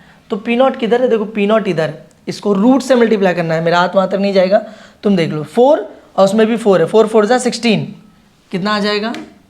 16। 6 इंटू 12, 12 6 जा 72, और फिर यहाँ पर 8 और इंटू वहाँ पे क्या दिया हुआ है 24, 24 8 जा कितना होता है 24 इंटू 8 32 16 19 192। खत्म हो गया हमारा काम। तो अभी इस वाले का भी टोटल कर लेते हैं। तो यहाँ पे क्या हो जाएगा 6 2 2 10 हो गया, 0 आ गया, 1 कैरी, 1 2 9 9 9 कितना होता है 18, तो 18 का 8 आया, 1 कैरी, 1 और 1 कितना हो गया 2, तो 280 हमारा फाइनल आंसर आया। अब मुझे वाल्श प्राइस इंडेक्स का फॉर्मूला लगाना है, वैल्यूज़ पुट करनी है और हमारा काम हो जाएगा। तो मैं नीचे आता हूँ, मैं लिखता हूँ कि therefore Walsh price index, formula तुम्हें याद है मैंने सिखाया था, बहुत सिंपल था, प्राइस इंडेक्स ऑफ वाल्श। ये देखो ब्रैकेट में W क्यों लिखते हैं, क्योंकि वाल्श का फॉर्मूला है। तो ऊपर P1 नीचे P0 कांस्टेंट रहता है, इसमें कुछ भी चेंजेस नहीं होंगे, इनटू 100 कांस्टेंट रहता है, इसमें कुछ भी चेंजेस नहीं होंगे। वाल्श ने अपने फॉर्मूले में वेट के लिए किसका यूज़ किया था, रूट में Q0 Q1 का, रूट में Q0 Q1 का यूज़ किया था। अब फटाफट से इसको सॉल्व करते हैं, एक बार देखते हैं क्या। तो ऊपर मुझे दिखा P1 रूट में Q0 Q1, तो P1 कहाँ पे, देखो ये रहा, इस कॉलम का आंसर मिला था 276, तो मैं ऊपर लिख देता हूँ 276, नीचे P0 Q0 Q1 280, तो दिस इज 280 इंटू 100। अब इन दोनों को तुम लोग कैंसल आउट कर सकते हो, छोटा हो जाएगा फिर डिवाइड करो, या तो डायरेक्टली डिवाइड करो जैसा मैंने तुम्हें सिखाया था। लेकिन फिलहाल के लिए फटाफट से कैलसी से आंसर निकालते हैं। कितना आ रहा है 276 डिवाइड बाई 280 इज 0.9857 इंटू में 100। अब किसी भी नंबर को 100 से मल्टीप्लाई करोगे तो क्या हो जाएगा, जो पॉइंट है वो 2 प्लेस आगे शिफ्ट होगा, तो 98.57 ये मेरा फाइनल आंसर है वाल्श प्राइस इंडेक्स के लिए। समझा तुम लोगों को। आगे चलते हैं और क्वेश्चन ढूंढते हैं वेटेड वाले एग्रीगेट मेथड के। और कौन सा वेटेड एग्रीगेट का क्वेश्चन है देखते हैं। यहां पर देखो वेटेड एग्रीगेट से पूछा है, बोला कि given that summation P0 Q0, ये वैल्यू गिवन है, ये एक वैल्यू गिवन है, ये एक वैल्यू गिवन है, 3 वैल्यू हमें यहाँ पे लिखकर दे दी है। आगे बोलता है Marshall Edgeworth price index number is 150, Marshall Edgeworth का प्राइस इंडेक्स नंबर भी लिख के दिया हुआ है which is 150, find Laspeyres price index number. तो तुम लास्ट पेयर का प्राइस इंडेक्स नंबर निकाल के बताओ। पहले ना इस क्वेश्चन को समझने की कोशिश करो, इसमें डेटा बहुत सारा दे दिया है और निकालने क्या बोला है, तो पहले जो निकालने बोला है उसको देखो, last pair price index number. Last pair का फॉर्मूला मैं तुम्हें याद दिलाता हूं, ऊपर P1 नीचे P0, ये तो कांस्टेंट होता है। लास्ट पेयर ने वेट में यूज किया था Q0 Q0, क्या यूज किया था वेट के लिए, Q0 और Q0। अब एक बार देखते हैं, हमें ये 2 वैल्यूज चाहिए होंगी, एक ऊपर P1 Q0, एक नीचे P0 Q0। क्या ये दोनों वैल्यू हमारे पास अवेलेबल है, P1 Q0 ढूंढो, P1 Q0 नहीं है, P1 Q0 नहीं है, P1 Q0 नहीं है। नीचे क्या दिया P0 Q0, P0 Q0 है हमारे पास, देख रहे हो, मतलब हमारे पास ये नीचे वाली वैल्यू तो अवेलेबल है लेकिन ऊपर वाली वैल्यू तो हमारे पास है ही नहीं। और जब तक वो वैल्यू नहीं होगी मैं Laspeyres price index number नहीं निकाल सकता हूँ। तो मुझे जो ऊपर इतना सब कुछ दिया है ना, वो इसलिए दिया था कि ऊपर वाली वैल्यू मैं पहले फाइंड आउट कर लूँ, बाद में जाके लास्ट पेयर का प्राइस इंडेक्स नंबर निकलेगा। तो मैं यहाँ पर आता हूँ, मैं लिखता हूँ गिवन, किसका पहले क्या क्या गिवन है, समेशन P0 Q0 220, ठीक है, समेशन P0 Q1 380 और समेशन P1 Q1 350 दिया है, ठीक है। तो हम लोगों को जो एक्चुअल में गिवन कंडीशन है वो क्या है, मार्शल एजवर्थ का प्राइस इंडेक्स नंबर। तो P01 martial Edgeworth, martial Edgeworth को ऐसे लिखते हैं M-E, इनका प्राइस इंडेक्स नंबर हम लोगों को लिख कर दे दिया है। कितना लिख कर दिया है, 150 लिख कर दिया हुआ है। कितना है, 150। तो मैं एक काम करता हूँ, मैं मार्शल एजवर्थ का ही पहले फॉर्मूला यूज़ कर लेता हूँ क्योंकि ये हम लोगों को ऑलरेडी पता है। तो मार्शल एजवर्थ का फॉर्मूला क्या होता है मालूम है, बताया था मैंने तुम लोगों को। लास्ट पेयर का फॉर्मूला लिखो, लास्ट पेयर का फॉर्मूला क्या था, ये तो कांस्टेंट रहता है, पास्चे के फॉर्मूले में भी ये कांस्टेंट रहता है। लास्ट पेयर ने Q0 as a wait use किया था, पास्चे ने Q1 as a wait use किया था, ठीक है। ये दोनों का फॉर्मूला लिखो, ये अपॉन पूरा भर दो, ऊपर प्लस कर दो, नीचे भी प्लस कर दो, इनटू में लिख दो 100, बन गया मार्शल एजवर्थ का फॉर्मूला। ठीक है, अब इस फॉर्मूले में हम लोग वैल्यूज पुट करना चालू करते हैं। तो मार्शल एजवर्थ का प्राइस इंडेक्स नंबर दिया हुआ है 150, तो लिख देता हूँ दिस इज 150 गिवन टू अस।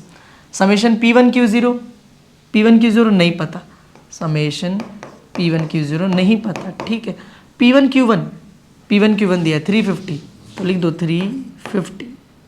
नीचे P0Q0 220 दिया हुआ, लिख दो 220। P0Q1 देखो यहाँ पे दिया 380, तो लिख दो 380, और आगे क्या है इंटू में 100। हो गया हमारा काम। बस मुझे इसको सॉल्व करना है, और पूरा सॉल्व करने के बाद मुझे इसकी वैल्यू मिल जाएगी, और ये मिल गया तो लास्ट पेयर भी निकल जाएगा। ठीक है, कैसे करेंगे, ये जो इंटू 100 है इसको इस साइड लेकर आ जाते हैं, डिवाइड बाय 100 हो जाएगा। तो वहाँ पे 150 है, वो इंटू 100 यहाँ पर आके क्या हो जाएगा, डिवाइड बाय 100, और यहाँ पे पूरा बच जाएगा।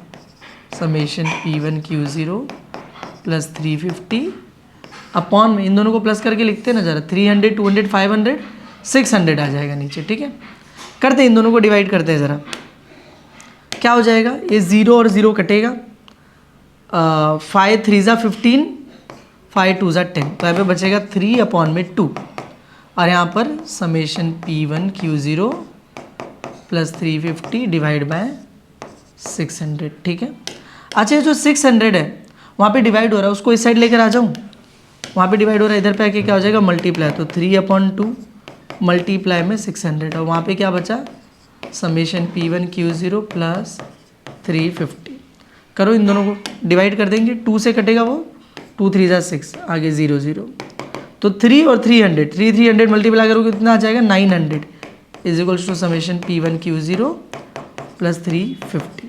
अब वो जो प्लस 350 है बस उसको इधर लेकर आ जाओ ना, तो 900 वो प्लस 350 यहाँ पे क्या हो जाएगा, माइनस P1Q0, और हमें फाइनल आंसर हमारा मिलेगा 550। ठीक है, 900 में से 300 निकाला तो 600 बचता है, और 50 निकाला तो 550 बचेगा। ये मेरा आ गया P1Q0, परफेक्ट हो गया। और एक बार ये मिल गया मतलब हमारा काम हो गया। अब मैं Laspeyres price index number निकाल सकता हूँ।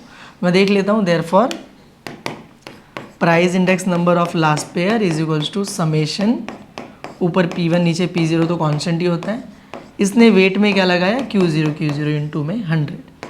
चलो इसकी वैल्यू P1Q0 देखो, P1Q0 मिल गया 550, P0Q0 क्वेश्चन में गिवन था, कितना दिया था, 220। ठीक है, 220 इंटू में 100, कैंसिल करूँगा 0 0 कटेगा, और ये भी 11 से कटेगा ना, 11 5 ज़ा 11 2 ज़ा 5/2 इंटू में 100, 5/2 डिवाइड करोगे तो 2.5 आ जाता है, इंटू में 100। 2.5 को जब 100 से मल्टीप्लाई करोगे तो पहले तो पॉइंट एक डिजिट आगे चला जाएगा, 25 बन जाएगा, लेकिन अभी भी 100 था, मतलब 2 0 थे, एक 0 की वजह से एक डिजिट आगे गया, एक 0 बचा है तो 0 लगा देना, तो हो जाएगा 250। This is our price index of Laspeyres. यही हमें ढूंढना था, यही हमारा फाइनल आंसर है। कितने मार्क्स का क्वेश्चन था ये पता है, देखो एक बार, दिस वर्स ऑफ 3 मार्क्स का क्वेश्चन था, बहुत हिंदी है। मार्शल एजवर्थ का फॉर्मूला लगाओ, P1Q0 निकाल लो, और इसको लास्ट पेयर में डाल के तुम्हारा काम खत्म हो गया। ठीक है, आगे बढ़े, ढूंढते और क्वेश्चन इसी टॉपिक से। तो और क्वेश्चन जो है इसी टॉपिक से, ये देखो वापस से आया, calculate the Walsh price index number. अब मैं वापस से करके नहीं दिखाऊंगा, अभी थोड़े टाइम पहले मैंने तुम्हें दिखाया था वाल्श प्राइस इंडेक्स नंबर कैसे करते हैं, वापस से आ गया है। इस बार तुम लोग खुद से ट्राई करो, लेकिन नहीं रुको, यहाँ पे लिखा है for the following data Walsh price index number is 150, find x. Walsh price index number दिया हुआ है, एक्स फाइंड आउट करना है, मतलब मुझे करके दिखाना पड़ेगा तुम लोगों को। मुझे लगा फाइंड करना है तो तुम लोग खुद से कर लेते। चलो करते हैं, हम लोग फाइंड आउट करते हैं। तो वाल्श प्राइस इंडेक्स नंबर अगर तुम याद करो तो मैं बताता हूँ तुम्हें क्या करना होता था। हम लोगों को 4 कॉलम बनते थे, हम यहाँ पे लेबल दे देंगे। बेस ईयर में देखो पहले दिया हुआ है P0 Q0 P1 Q1, हमें देने की जरूरत ही नहीं है। यहाँ पे 4 कॉलम बनेंगे, एक में Q0 Q1 मल्टीप्लाई होगा, एक में Q0 Q1 का रूट हो जाएगा, फिर एक में वही Q0 Q1 P1 के साथ मल्टीप्लाई हो जाएगा, और वही Q0 Q1 P0 के साथ मल्टीप्लाई हो जाएगा। यही करते थे ना हम लोग। ठीक है, सॉल्व करते हैं। पहले Q0 Q1 मल्टीप्लाई करते हैं, किधर है Q0, ये रहा Q0, Q1 किधर है, ये रहा, मल्टीप्लाई करो, 3 3 9, 4 9 36, 9 36, 5 5 25, 2 8 16, 25 और 16 खत्म। फिर उनका रूट निकाल लेते हैं। 9 का रूट कितना आ जाएगा 3, 36 का 6, 25 का 5, 16 का 4, सिंपल। फिर क्या करना है, जो रूट आया उसको P1 में मल्टीप्लाई करना है। तो P1 किधर है, देखो ये रहा P1, इसके साथ मल्टीप्लाई करना जो रूट का आंसर आया उसका। तो 10 3 30, 10 3 30, 16 6 कितना होगा, 6 6 36, 6 इधर 3 इधर 96 हो जाएगा, ठीक है। फिर 23 5 23 5 5 3 15, 5 2 10 11 115, और फिर लास्ट में 26 4 26 4 4 6 24, 4 2 8 10 104, हो गया मेरा काम। फिर मैं आगे बढ़ता हूँ, मुझे P0 को मल्टीप्लाई करना है रूट के साथ। तो P0 किधर है, ये रहा P0। अब इसको मल्टीप्लाई करना है रूट के साथ, है ना, रूट मतलब ये वाला कॉलम। तो 3 5 15 आ जाएगा, 3 5 इज 15। फिर अगला क्या दिया हुआ है 6 इंटू एक्स, 6 इंटू एक्स, किसी भी नंबर को x से मल्टीप्लाई करोगे तो 6 इंटू एक्स इज 6x, तो आ जाएगा यहाँ पे 6x। 5 15 5 15 125 होगा आई थिंक, देख लेते हैं। 5 5 25, 2 इधर 5 1 5 6 7 75 होगा, देखा, मेरे को पता था मैं गलत बोलूँगा इसीलिए। चलो अभी लास्ट में क्या दिया 10 ना, तो 10 और 4 40, यहाँ पे कितना आ जाएगा 40, खत्म हो गया हमारा काम, हमने कर लिया कैलकुलेशन। अब हम टोटल निकालते हैं। टोटल किसका निकाला जाता है कभी भी, सिर्फ लास्ट के 2 कॉलम का, इन दोनों का टोटल चाहिए। इसका टोटल करते हैं ज़रा, कितना हो जाएगा 0 6 6 5 11, 11 और 4 15, तो 5 इधर 1 कैरी चला जाएगा, 1 3 4 4 9 कितना हो जाएगा 13, 13 1 14, 14 और 0 तो 14 ही आएगा, 4 इधर 1 कैरी, और 1 से कौन जोड़ेगा 1 1 2 3, 345 आंसर आ गया, ठीक है। एक बार रीचेक कर लेते हैं, गलत नहीं हो जाए। 9 9 4 9 6 15, तो 5 इधर 1 कैरी, 1 9 10 13 14, 4 इधर 1 कैरी, 345 परफेक्ट है। उधर पे जोड़ते हैं तो वहाँ पे ज़रा ध्यान देना, इसमें x बना हुआ है, जहाँ पर भी x लिखा हुआ है वो बाकी नंबर्स में ऐड नहीं हो सकता क्योंकि वो अलग नंबर है। तो पहले नंबर्स को ऐड कर लेते हैं एक बार। तो क्या हो जाएगा देखो 0 5 5 10, तो 0 आएगा, 1 कैरी जाएगा, 2 9 13 130, बाकी सबको जोड़ा तो कितना आ गया 130 आ गया। 6x का क्या करेंगे, उसको साइड में लिख देंगे प्लस 6x करके, समझा तुम लोगों को, खत्म।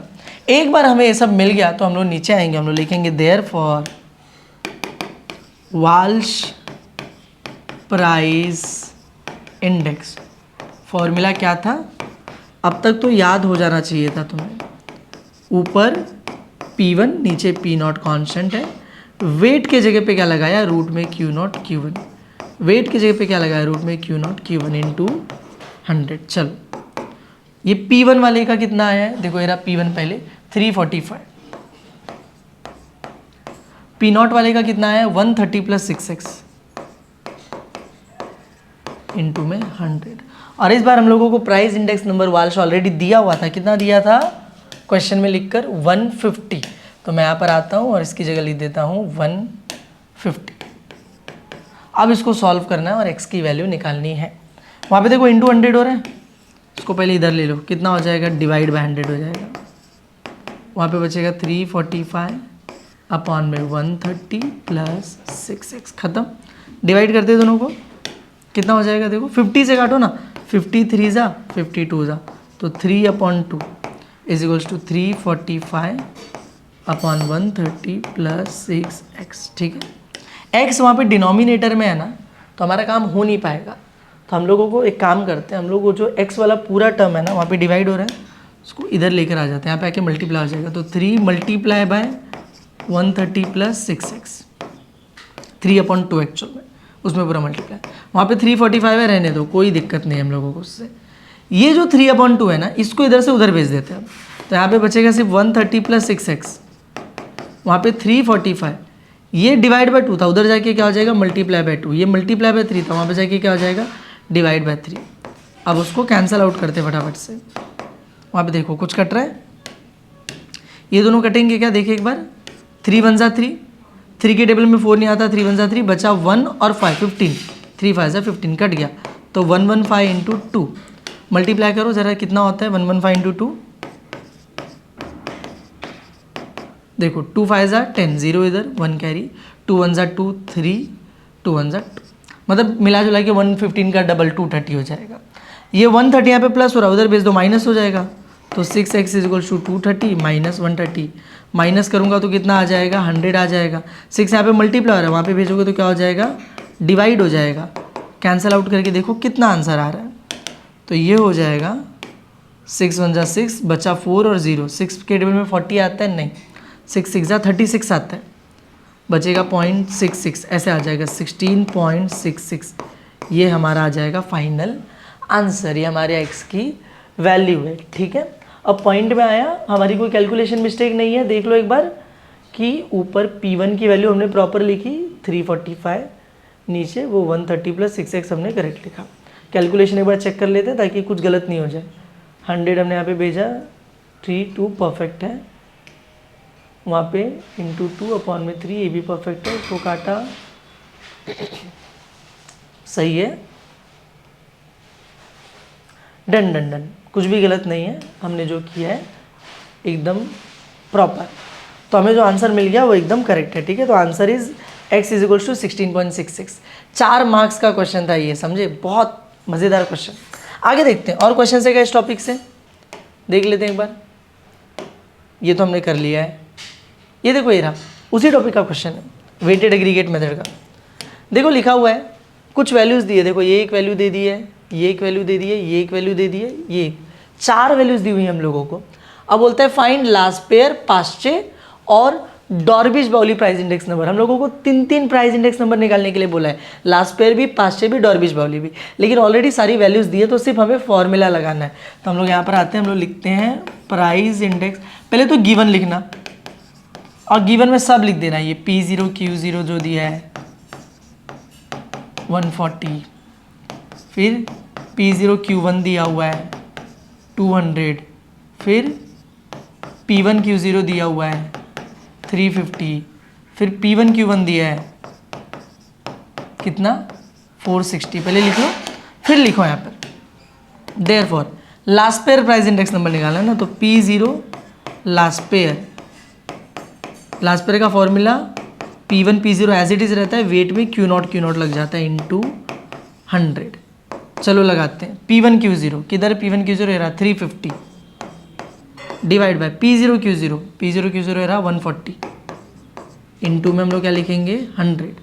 चलो डिवाइड करते हैं दोनों को, सीधे कैलकुलेटर से मैं डिवाइड कर रहा हूँ, तुम लोग कर लेना, इतना मुश्किल नहीं है।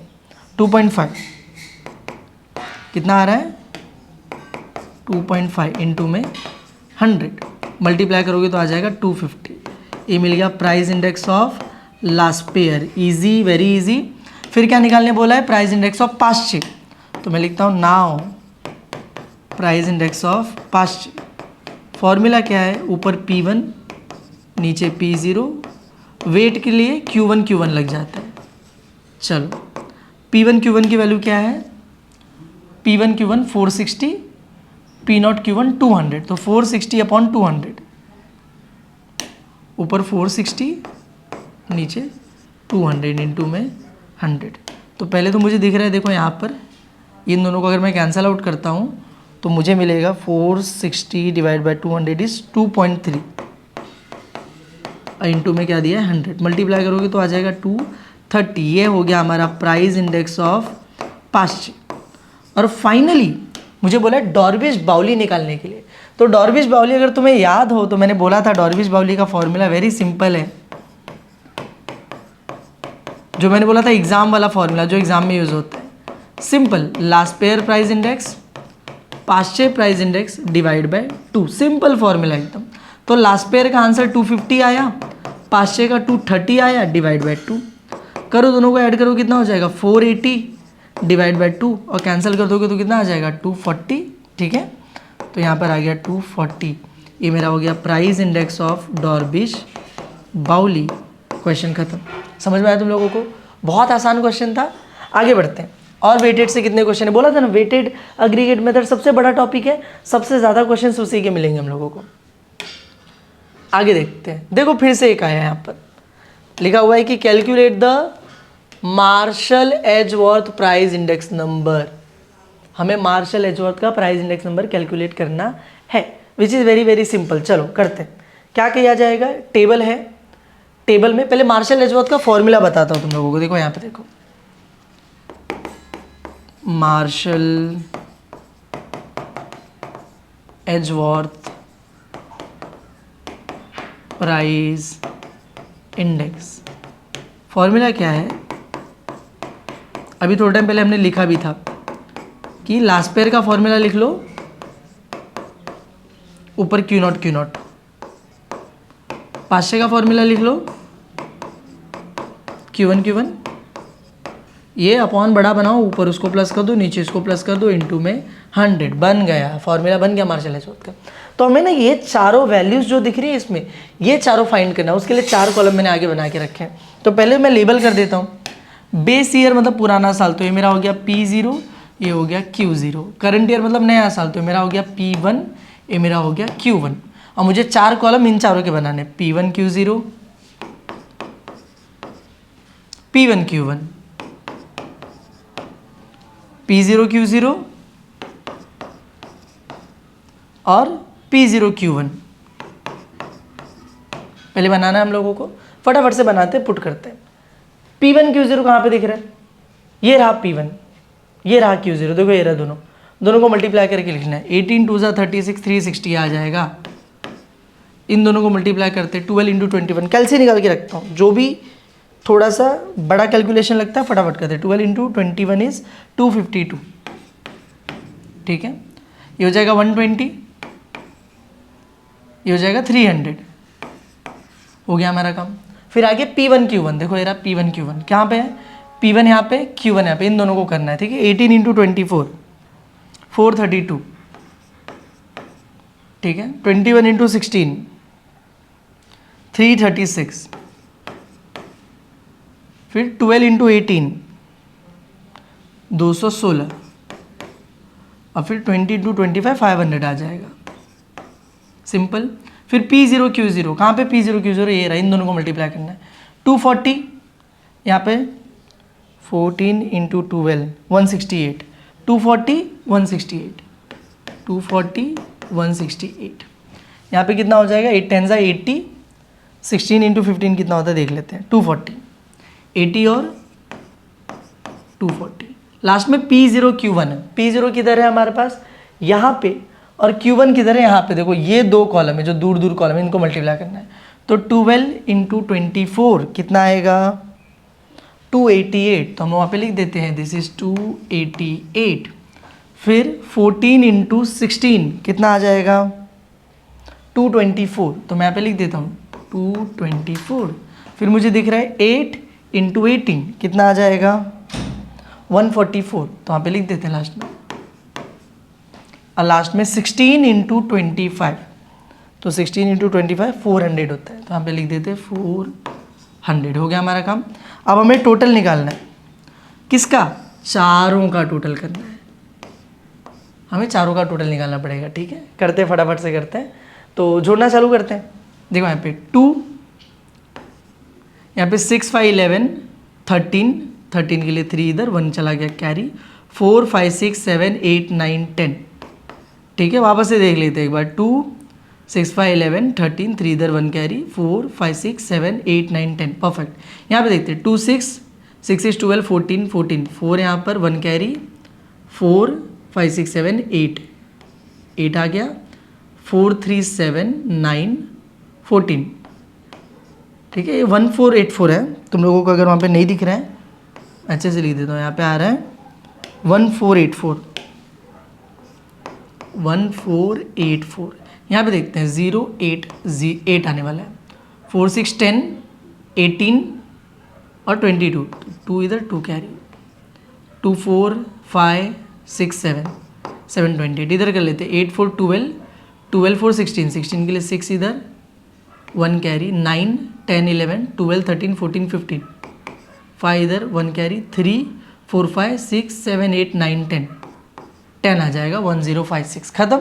एक बार चारों टोटल मिल गया। आप ध्यान देना, हम लोग जितने जल्दी मल्टीप्लिकेशन एडिशन करेंगे उतना ज़्यादा चांस होगा कि हमने जो लिखा हो गलत भी हो सकता है, तो इसलिए थोड़ा ध्यान देना कैलकुलेशन करते टाइम। फिर देखो P1Q0 पहले मिल गया था 1032, P1Q1 1484 अपॉन P0Q0 728,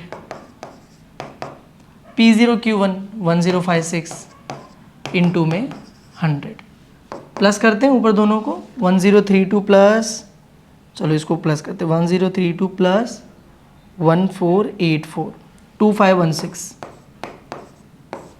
नीचे 728 प्लस 1056 1784 इंटू में 100। अब तुम चाहो तो इसको काट काट के छोटा करो या डायरेक्टली डिवाइड करो बच्चों की तरह, तुम्हारी मर्जी है। मतलब बच्चों वाला मेथड ज़्यादा इजी पड़ता है, मालूम है। चलो फिलहाल देखते हैं इसका आंसर क्या आने वाला है। 1784 1.4103 इंटू में 100 से मल्टीप्लाई करके 2 डिजिट आगे जाएगा तो 141.03। This is our price index number for Marshall Edgeworth. ये हमारा फाइनल आंसर है। समझा तुम लोगों को? मेथड वाइज देखोगे तो कुछ नहीं है, 4 कॉलम बना के मल्टीप्लाई करके टोटल करके फॉर्मूले में डाला, काम खत्म हो गया। लेकिन कैलकुलेशन वाइज देखोगे तो बहुत टाइम लगेगा, बहुत ज़्यादा चांसेस है कि कहीं ना कहीं गलती हो जाएगी, तो ध्यान देना बस, ठीक है। आगे बढ़ते हैं और देखते हैं इस टॉपिक से क्या पूछा गया है एग्जाम में। ये देखो, ये क्वेश्चन दिया है, पर ये क्वेश्चन हमने थोड़े टाइम पहले सॉल्व किया था, दूसरे पेपर में भी आया था, मैंने इसलिए यहाँ पे लिखा है सेम एज जुलाई 2023, सेम उसमें भी ऐसा पूछा गया था, तो वो वाला तुम रेफर करो, सेम ही क्वेश्चन है। आगे देखते हैं आगे क्या है। आगे ये तो कॉस्ट ऑफ लिविंग इंडेक्स, बस खत्म। मतलब वेटेड एग्रीगेट मेथड के जितने क्वेश्चंस एग्जाम में पूछे गए थे हमने सारे के सारे सॉल्व कर लिए। Basically Walsh price index calculate करने को आता है, मार्शल आता है, लास्ट पेयर, सब कुछ आता है यार। हम लोग जितने थे ना सारे के सारे देख लिए, सब कुछ एग्जाम में पूछा गया है। चलो आगे बढ़ते हैं और लास्ट टॉपिक की तरफ चलते हैं हमारे, विच इज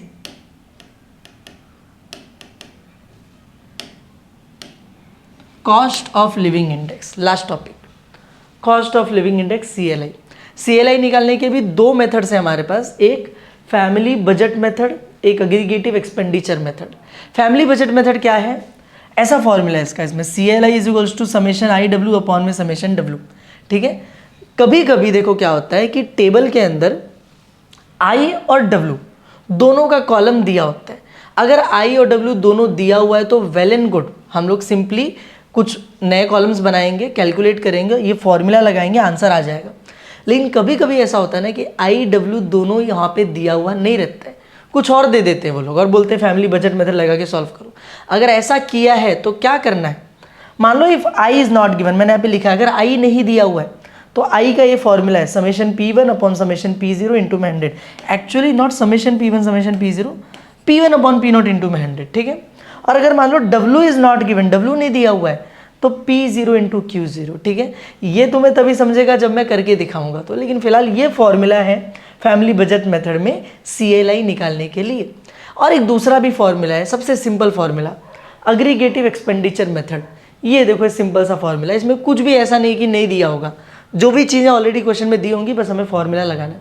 ये फॉर्मूला देख के तुम्हें थोड़ा डेजावू वाली फीलिंग होगी कि अरे पहले कहीं देखेला जैसा लगता है। ये कौन सा फॉर्मूला है मालूम है? लास्ट पेयर प्राइस इंडेक्स का फॉर्मूला है। देखो ना, P1 P0 ऊपर नीचे Q0 लगा हुआ है, ठीक है। वही सेम फॉर्मूला लास्ट पेयर वाला हम लोग CLI निकालने के लिए यूज़ करते हैं एग्रीगेटिव एक्सपेंडिचर मेथड के अंदर। चलो फटाफट से क्वेश्चन सॉल्व करेंगे इसके, देखते हैं। तो क्वेश्चन कहाँ पर है इसका, देखो आ गया क्वेश्चन। बोला find Y if the cost of living index is 200। देखो cost of living index already दे दिया है कि इट इज 200। तुम क्या करो, तुम y की वैल्यू फाइंड आउट करो फॉर द फॉलोइंग डेटा। और डेटा में क्या दिया है, I और W दिया है, ठीक है।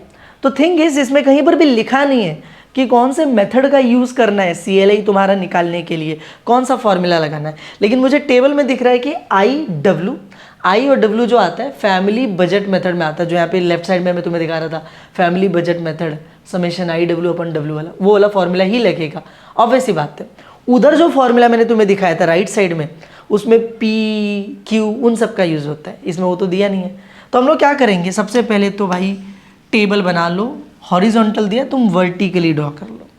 टेबल बनाने के बाद तुम्हें कॉस्ट ऑफ लिविंग इंडेक्स का फॉर्मूला पता होना चाहिए।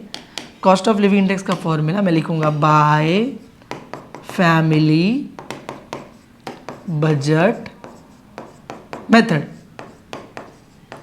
क्या फॉर्मूला है, C L I is equals to summation I W upon summation W. Point to be noted, family budget method में इनटू 100 नहीं लिखा जाता है, ध्यान देना इस चीज़ को। इनटू 100 लिख दिया तुमने, खत्म हो जाओगे। और बहुत सारे बच्चों को मैंने देखा है पेपर में करते हुए, इसलिए बोल रहा हूँ यहाँ पे इनटू 100 मत लिखना। तो मुझे देखो इसमें ना W का टोटल चाहिए और आई डब्ल्यू का भी टोटल चाहिए। तो यहाँ पे एक नया कॉलम बनता है आई डब्ल्यू, जिसमें इन दोनों को मल्टीप्लाई करते हैं। तो आई और W को 180 इंटू 4, 4 इंटू 18 कितना 72, 720, ये कितना हो जाएगा 600, 480, ये दोनों मल्टीप्लाई करो। देखो y है, y 4 नहीं है, दिस इज y। तो y इंटू 300 कितना हो जाएगा 300y, 2 इंटू 200 इज 400। ठीक है, अब टोटल निकालते हैं। टोटल किसका किसका चाहिए, एक W का टोटल चाहिए, एक आई डब्ल्यू का टोटल चाहिए। तो W किधर है, ये रहा W। तो W का टोटल निकाल लेते हैं ज़रा। तो y को छोड़ के बाकी सब कुछ ऐड कर दूंगा। तो 2 3 5 10 14 और y का क्या करूँ, बाजू में लिख दो प्लस y। यहाँ पे भी ये देखो, इसको छोड़ के सब कुछ ऐड कर दूंगा मैं। ठीक है, 300 मत ऐड कर देना, 300 y के साथ है, वो ऐड नहीं हो सकता। तो बाकी ऐड करते, तो 0 0 0 0 इज 0, 2 8 10, तो 10 के लिए 0, इधर 1 कैरी, 8 14 18 22, तो 2200 आ गया। और 300y को साइड में लिख दूंगा प्लस 300y। खत्म हो गया मेरा काम, हमने एडिशन वाला काम कर लिया। अब बस इसमें पुट करना है हम लोगों को। तो C L I already question में गिवन है 200 आने वाला है, तो मैं पे लिखता हूँ therefore C L I is 200 summation I W, ये रहा I W summation 2200 plus 300y और अपॉन में summation W is this 14 plus y। खत्म हो गया। चलो मुझे दिख रहा है, मुझे y की वैल्यू निकालनी है इसी के अंदर से। कैसे सॉल्व करूँगा, ये पूरा यहाँ पे डिवाइड हो रहा है, इसको इधर भेज देता हूँ, मल्टीप्लाई हो जाएगा। तो 200 मल्टीप्लाई हो गया आके यहाँ पर 14 प्लस y, और वहाँ पे 2200 प्लस 300y हो तो है ही।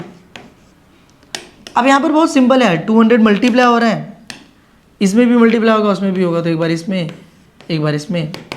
तो 2 इंटू 14 28 होता है, 00 2800, 200 इंटू वाई कितना हो जाएगा, सिंपल 200y। और यहाँ पे तो कुछ किया ही नहीं हमने, तो रहने दो ऐसे ही। ठीक है, फिर मैं क्या बोल रहा हूँ, सारे y को एक तरफ भेज देते हैं, सारे नंबर्स को एक तरफ कर लेते हैं। तो वहाँ पे देखो 300y था वहाँ पे, तो उसको उधर ही रहने दो। ये प्लस 200y को उधर भेज देता हूँ, माइनस 200y हो जाएगा। ठीक है, यहाँ पर 2800 को रहने दो, ये 2200 इसको इधर पे लेकर आ जाओ, तो माइनस 2200 माइनस करो कितना आ जाएगा 600, माइनस करो कितना आ जाएगा 100y हो जाएगा। 100 वहाँ पे मल्टीप्लाई आ रहा है, यहाँ पे लाओगे तो क्या हो जाएगा डिवाइड, तो 100 को इधर लेके आ जाओ, 600 divide by 100 is equals to y। काटोगे तो you will get 6 which means y is equals to 6। Question खत्म। समझ में आया तुम लोगों को, वेरी वेरी सिंपल क्वेश्चन। एक रिकैप देता हूँ तुम लोगों को, ये टेबल बना के दिया था, एक नया कॉलम हमने बनाया आई डब्ल्यू, क्योंकि ज़रूरत थी, जिसमें आई डब्ल्यू को मल्टीप्लाई करके लिखा, इन दोनों का टोटल किया। फैमिली बजट मेथड का सी एल आई का फॉर्मूला लगाया, वैल्यूज पुट की हमने सारी, सॉल्व किया और वाई मिल गया। Very very simple question. आगे बढ़ते हैं, सी एल आई के और क्वेश्चन देखते हैं कितने हम लोगों को दिए हुए।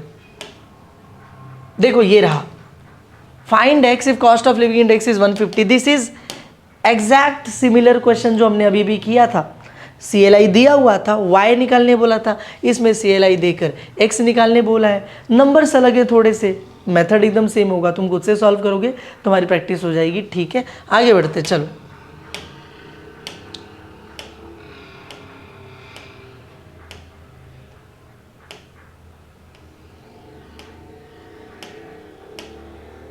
और कहीं पे है या नहीं है ये, this is a question from that topic. लिखा हुआ है कि calculate the cost of living index number, calculate करने बोला है। देखो इस बार calculate the cost of living index दिया हुआ नहीं है, एक्स वाई नहीं निकालना है, cost of living index CLI निकालना है, ठीक है, by using aggregative expenditure method. कौन सा मेथड यूज करने बोला? Aggregative expenditure method.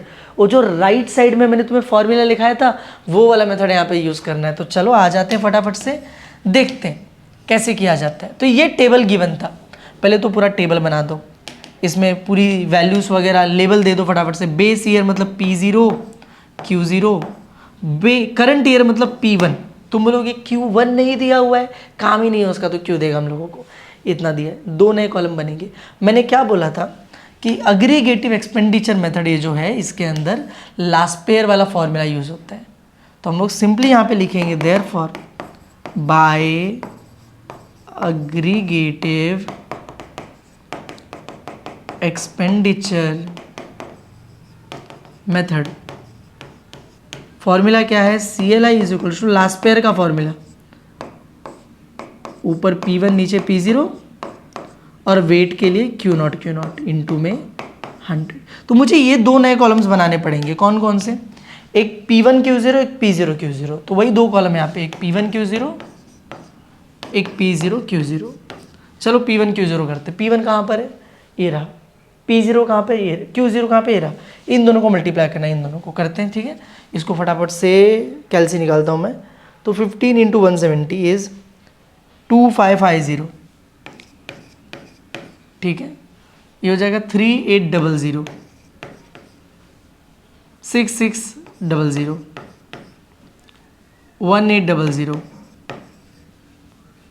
इसको देखना पड़ेगा 220 इंटू 11, 2420। सिंपल हो गया हमारा काम।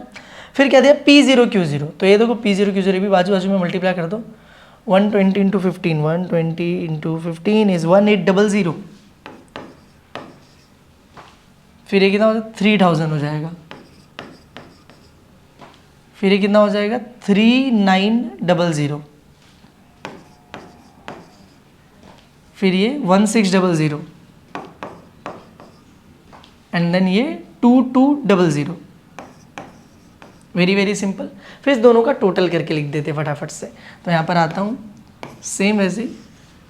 तो 0 0 0 0 0 0 0 0 0 0 8 9 17 17 और 6 ना 23 25। तो 5 और 2 चला गया कैरी। 2 1 3 6 9 10 11 12 12,500। एक बार वापस से चेक कर लेते हैं। तो 0 0 इज करेक्ट, 8 9 17 17 उल्टा जाता हूँ, 2 8 2 6 8 8 9 17 17 और 8 कितना हो जाता है? 25। तो 5 इधर 2 कैरी, उल्टा जाते हैं 2 3 4 5 6 7 8 9 10 11 12 विच इज करेक्ट, ठीक है। चलो यहाँ पे देखते हैं 0 5 और 2 7 हो जाएगा, 5 8 13 13 6 19 19 और 8 27 27 और 4 31। तो 1 यहाँ पे 3 कैरी, 5 6 7 8 9 8 14 15 16 17। तो 17,170। एक बार हमें वैल्यूज मिल गई, फिर हम यहाँ पे पुट कर देंगे। ऊपर आ जाएगा P1 Q0, ये रहा P1 Q0 17170। नीचे वो रहा 12500 इंटू में 100। तुम पहले तो इसका 0 0 काटोगे, फिर जो बचा हुआ पार्ट है उसको इत्मीनान से डिवाइड करते रहना तुम। फिलहाल मैं इसका आंसर लिख दे रहा हूँ यहाँ पर 1250 इज 1.3736 इंटू 100। 100 से मल्टीप्लाई करोगे 2 डिजिट आगे चला जाएगा पॉइंट। ये आ गया हमारा CLI, cost of living index. समझ में आया? एकदम चिंदी था, लास्ट पेयर प्राइस इंडेक्स निकालने के बराबर था। खत्म। चलो आगे बढ़ते हैं, और ख़त्म हो गया बस। तो बस हमारे पास बचते हैं ऑब्जेक्टिव्स। फटाफट से ऑब्जेक्टिव्स करेंगे और देखना कितना चिंदी दिया हुआ है ऑब्जेक्टिव, और फिर ये हमारा लेक्चर यहीं पे ख़त्म हो जाएगा, ठीक है। ऑब्जेक्टिव पे चलते, चलो। हाँ, यहाँ पे देखो ऑब्जेक्टिव आता है यहाँ पे। पहला क्वेश्चन क्या पूछा हुआ है? लास्ट पेयर प्राइस इंडेक्स दिया हुआ है, पाश्चे प्राइस इंडेक्स दिया है, डॉर्बिश बाउली का प्राइस इंडेक्स पूछ रहे हैं। तो तुम लोगों को फॉर्मूला पढ़ाया था डॉर्बिश बाउली का, क्या था? प्राइस इंडेक्स ऑफ डॉर्बिश बाउली इज लास्ट पेयर का प्राइस इंडेक्स प्लस 500 का प्राइस इंडेक्स डिवाइड बाय 2, हमने पढ़ा था फॉर्मूला। तो लास्ट पेयर कितना 120.4, 500 कितना 130.6 डिवाइड बाय 2, करो ऐड करो, 4 6 10 1 हो जाता है, तो ये हो जाएगा 251 डिवाइड बाय 2, डिवाइड करके देख लो कितना आता है, तो आ जाएगा 2 1 ज़ा 2, 2 2 ज़ा 4, 2 5 ज़ा 10.5, 125.5। यहाँ पे देखो आंसर, देखो यहाँ पे दिया, देखो ये रहा, सी इज द आंसर। फॉर्मूला लगाओ, आंसर मिल जाएगा तुरंत, खत्म। आगे बढ़े, देखो और क्या दिया है ऑब्जेक्टिव। यहाँ पे देखो, यहाँ पे कुछ ऑब्जेक्टिव दिया हुआ है। पहले ऑब्जेक्टिव में क्या बोला है, last pair price index number दिया है, 500 का प्राइस इंडेक्स नंबर दिया, डॉर्बिश बाउली निकालना है। सेम फॉर्मूला, दोनों को प्लस किया, डिवाइड बाय 2, तो 40 90 130 डिवाइड बाय 2 65 होता है। किधर है ये, देखो ये रहा, 65 इज द आंसर। समझा तुम लोगों को। आगे देखो, आगे क्या पूछा हुआ है, cost of living index number used in calculating purchase of money. True और फॉल्स का क्वेश्चन है। बोला कि जो कॉस्ट ऑफ लिविंग इंडेक्स है CLI, क्या हम इसका यूज करते हैं इन calculating purchasing power, purchasing power calculate करने के लिए। तो हाँ, देखो कॉस्ट ऑफ लिविंग इंडेक्स मतलब तुम्हारा रहने का खर्चा, तुम रह रहे हो, खा रहे हो, पी रहे हो, जो भी खर्चा है कॉस्ट ऑफ लिविंग इंडेक्स है। परचेसिंग पावर मतलब खरीदने की क्षमता। अब तुम लोग खुद सोचो, जिस शहर में कॉस्ट ऑफ लिविंग इंडेक्स जितना ज़्यादा होगा, तुम्हारी परचेसिंग पावर उतनी कम होगी। समझ रहे हो, खाना महंगा मिलेगा तो कम खरीद पाओगे, सस्ता मिलेगा ज़्यादा खरीद पाओगे। तो परचेसिंग पावर और कॉस्ट ऑफ लिविंग इंडेक्स एक दूसरे के इन्वर्सली प्रोपोर्शनल होते हैं। तो क्या हम लोग CLI का यूज़ करते हैं परचेसिंग पावर कैलकुलेट करने के लिए? करते हैं। तो आंसर इज ट्रू। ठीक है। Quantity index number by weighted aggregate method is given by, quantity index number का फॉर्मूला बताओ बाय वेटेड एग्रीगेट मेथड। अभी देखो बहुत ही ट्रिकी क्वेश्चन है। मैंने तुम्हें जब वेटेड एग्रीगेट मेथड पढ़ाया था तो मैंने बोला था it is used only to calculate price index. सिर्फ प्राइस इंडेक्स निकालते हैं हम लोग, हमारे पास सारे फॉर्मूले लास्ट पेयर 500 सब प्राइस इंडेक्स के। ये बोला क्वांटिटी इंडेक्स नंबर का फॉर्मूला बताओ वेटेड वाले के अंदर, तो कोई बड़ी बात नहीं है। देखो क्या करना होता है, जैसे प्राइस इंडेक्स में एक चीज़ फिक्स होती है, ऊपर P1 नीचे P0, तो यहाँ पर भी एक चीज़ फिक्स होगा, ऊपर Q1 नीचे Q0। एक्स्ट्रा क्या लगता था, कोई वेट लग जाता था, तो यहाँ पर भी सिर्फ एक्स्ट्रा क्या लिखेंगे हम लोग, W यानी वेट आ गया। This is the formula. इसको अब से याद रख लेना, एग्जाम में आता है। ठीक है, मिसलेनियस में दिया होगा। ये सारे जो ऑब्जेक्टिव ऐसे वाले आते हैं ना, मिसलेनियस से आते हैं, तुम्हारे मैथ्स 2 के मिसलेनियस से, वो एक बार पढ़ लेना। ठीक है, आगे देखते हैं, आगे और कौन सा ऑब्जेक्टिव्स है। ये देखो 500 प्राइस इंडेक्स नंबर का फॉर्मूला पूछ रहा है। तो 500 में बस याद रखना, ऊपर नीचे क्या लग जाता है, Q1 लग जाता है। तो ढूंढो Q1 का। पहले तो ऊपर P1 नीचे P0, एक कॉन्स्टेंट होना चाहिए, ऊपर P1 नीचे P0। तो ऊपर P1 नीचे P0, लेकिन Q0 है, नहीं चलेगा, ये तो यही गलत है। ये देखो ऊपर P1 नीचे P0, Q1, this is our answer. ये 500 का फॉर्मूला है, खत्म। आगे बढ़ते हैं, चलो और कौन सा हम लोगों को दिया हुआ है। यहाँ पर देखो कुछ दिया है, डॉर्बिश बाउली का फॉर्मूला पूछा हुआ है। तो डॉर्बिश बाउली का formula last pair 500 divide by 2। तो लास्ट पेयर का फॉर्मूला देखो पहले कहाँ पे करेक्ट है। ठीक है, लास्ट पेयर का फॉर्मूला P1 P0 Q0। ठीक है, तो P1 P0 Q0 Q1, ये तो गलत है, तो लास्ट पेयर का फॉर्मूला ही गलत है, ये नहीं हो सकता। ठीक है, इधर पे आता हूँ, P1 P0 Q0, देखो लास्ट पेयर का फॉर्मूला करेक्ट है।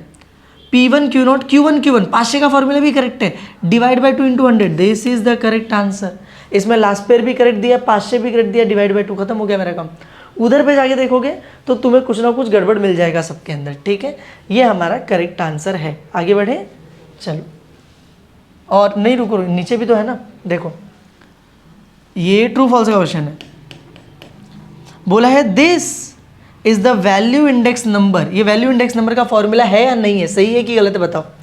तो देखो वैल्यू इंडेक्स नंबर में क्या होता था, P1 को P1 से मल्टीप्लाई करते, Q0 को Q0 से। लेकिन कभी भी आ रहा है ना, 1 ऊपर आता है 0 नीचे आता है, 0 ऊपर दिया है 1 नीचे दिया है, दिस इज फॉल्स, गलत फॉर्मूला है, उल्टा करके दे दिया। ठीक है, cost of living index using weighted relative method is given by, देखो कौन सा मेथड बोला, weighted relative method. Weighted relative method किसको बोलते हैं मालूम है, फैमिली बजट मेथड को। ये सारे जो MCQs है ना ट्रिकी होते हैं, तो इसलिए बोलो मिसलेनियस से आते हैं, मिसलेनियस पढ़ लेना। मैथ्स 2 के सबके सब मिसलेनियस से आते हैं। तो वेटेड रिलेटिव मेथड यानी फैमिली बजट मेथड, तो समेशन आई डब्ल्यू अपॉन में समेशन डब्ल्यू, ये हमारा आंसर है, ठीक है, जो फैमिली बजट मेथड का फॉर्मूला था। आगे देखो, और यहाँ पर देखो फिर से एक ऑब्जेक्टिव दिया है, तो बोलता है कि this is the Marshall Edgeworth price index number. क्या ये मार्शल एजवर्थ का फॉर्मूला है? तो मैंने जो तुम्हें फॉर्मूला पढ़ाया था मार्शल एजवर्थ का, वो ऐसे बोला था कि तुम पहले तो लास्ट पेयर का फॉर्मूला लिख लो, ठीक है, फिर तुम पाश्चे का फॉर्मूला लिख लो, फिर पूरा अपॉन बना के ऊपर प्लस इंटू में 100 कर दो। ये तो कुछ अलग ही दिख रहा है, लेकिन रुको मैं क्या बोल रहा हूँ, अगर मैं इन दोनों में से P1 कॉमन ले लूँ तो देखो P1 से मैं कॉमन ले लूँ तो जैसे मैं P1 कॉमन लूँगा मुझे ब्रैकेट में क्या मिलेगा, Q0 और Q1 प्लस Q1। ऐसे नीचे अगर मैं P0 कॉमन ले लूँ दोनों में से तो मुझे ब्रैकेट में क्या मिलेगा, Q0 प्लस Q1 मिल जाएगा इंटू में 100। अब ये वाला फॉर्मूला देखो, ये वाला फॉर्मूला देखो, ठीक है, तो ये फॉर्मूला मार्शल एजवर्थ के लिए है, पर इधर दिक्कत है, ऊपर P0 दिया है नीचे P1 दिया है, तो बिल्कुल ही गलत है, तो दिस इज फॉल्स। लेकिन अगर ऐसे दिया होता तो ये हमारा करेक्ट हो जाता, ट्रू हो जाता, ठीक है। आगे देखें, हाँ देखो और भी ऑब्जेक्टिव है इसमें से, क्वांटिटी इंडेक्स नंबर का formula by weighted aggregate method. अभी बोला था वेटेड वाले में ऊपर Q1 नीचे Q0 और वेट लगा दो, ऊपर Q1 नीचे Q0 और वेट लगा दो, करेक्ट आंसर यही है, बाकी सब गलत दे रखे हैं, ठीक है, जाने दो। और एक चीज़ देखो ये भी है, ऊपर Q1 नीचे Q0 वेट लगा दो, तो तुम बोलोगे ये करेक्ट है कि ये करेक्ट है, ध्यान से देखो दोनों सेम ऑप्शन दिया हुआ है हम लोगों को, तो ऐसा कभी कभी होता है बोर्ड में दो ऑप्शन सेम आ जाते हैं, तो चाहे तुम ये लिखो चाहे वो लिखो मार्क्स मिल जाते हैं। यहाँ पर देखो Laspeyres price index number using current year quantity as weights, ये ट्रू फॉल्स का क्वेश्चन है। लिखा है कि लास्ट पेयर अपने फॉर्मूले में एज अ वेट किसको यूज़ करता है, तो वेट के लिए वो Q0 लगाता है। Q0 करंट ईयर का है कि बेस ईयर का है, नॉट 0 मतलब बेस ईयर पुराना साल। तो क्या लास्ट पेयर करंट ईयर की क्वांटिटी यूज़ करता है, करंट ईयर क्वांटिटी Q1 होता है, Q1 यूज़ करता है क्या, नहीं, Q0 यूज़ करता है, तो this is false. Laspeyres के फॉर्मूले में Q0 बेस ईयर की क्वांटिटी लगती है as a weight. Walsh price index number is given by, Walsh का फॉर्मूला पूछ रहा था, वाल्श का फॉर्मूला हमने यूज़ भी किया था बहुत बार अभी, समेशन ऊपर P1 नीचे P0, रूट के अंदर बस लिख दो Q0 Q1, रूट के अंदर लिख दो Q0 Q1, काम खत्म, इजी है, ठीक है। आगे देखते हैं और कोई ऑब्जेक्टिव बचा हमारे पास। हाँ देखो एक और ऑब्जेक्टिव है, the cost of living index, CLI का फॉर्मूला पूछ रहा है using aggregative expenditure method. Aggregative expenditure method जो राइट साइड में मैंने दिखाया था, लास्ट पेयर का जो फॉर्मूला है वही CLI का है। तो देखो P1 P0 Q0 ये हमारा करेक्ट आंसर है, समझ गया तुम लोग, बस हो गया, यही था, खत्म। आगे देखते हैं और कोई है यहाँ पर ऑब्जेक्टिव। हाँ देखो यहाँ पर भी क्या बोला है, price index number by weighted aggregate method. Price index number पता है ना वेटेड एग्रीगेट मेथड से, तो ऊपर P1 होगा नीचे P0 होगा और वेट्स लगा देंगे, तो ऊपर P1 नीचे P0 और वेट्स लगा दिया, ये हमारा फाइनल आंसर हो गया, ठीक है, इजी।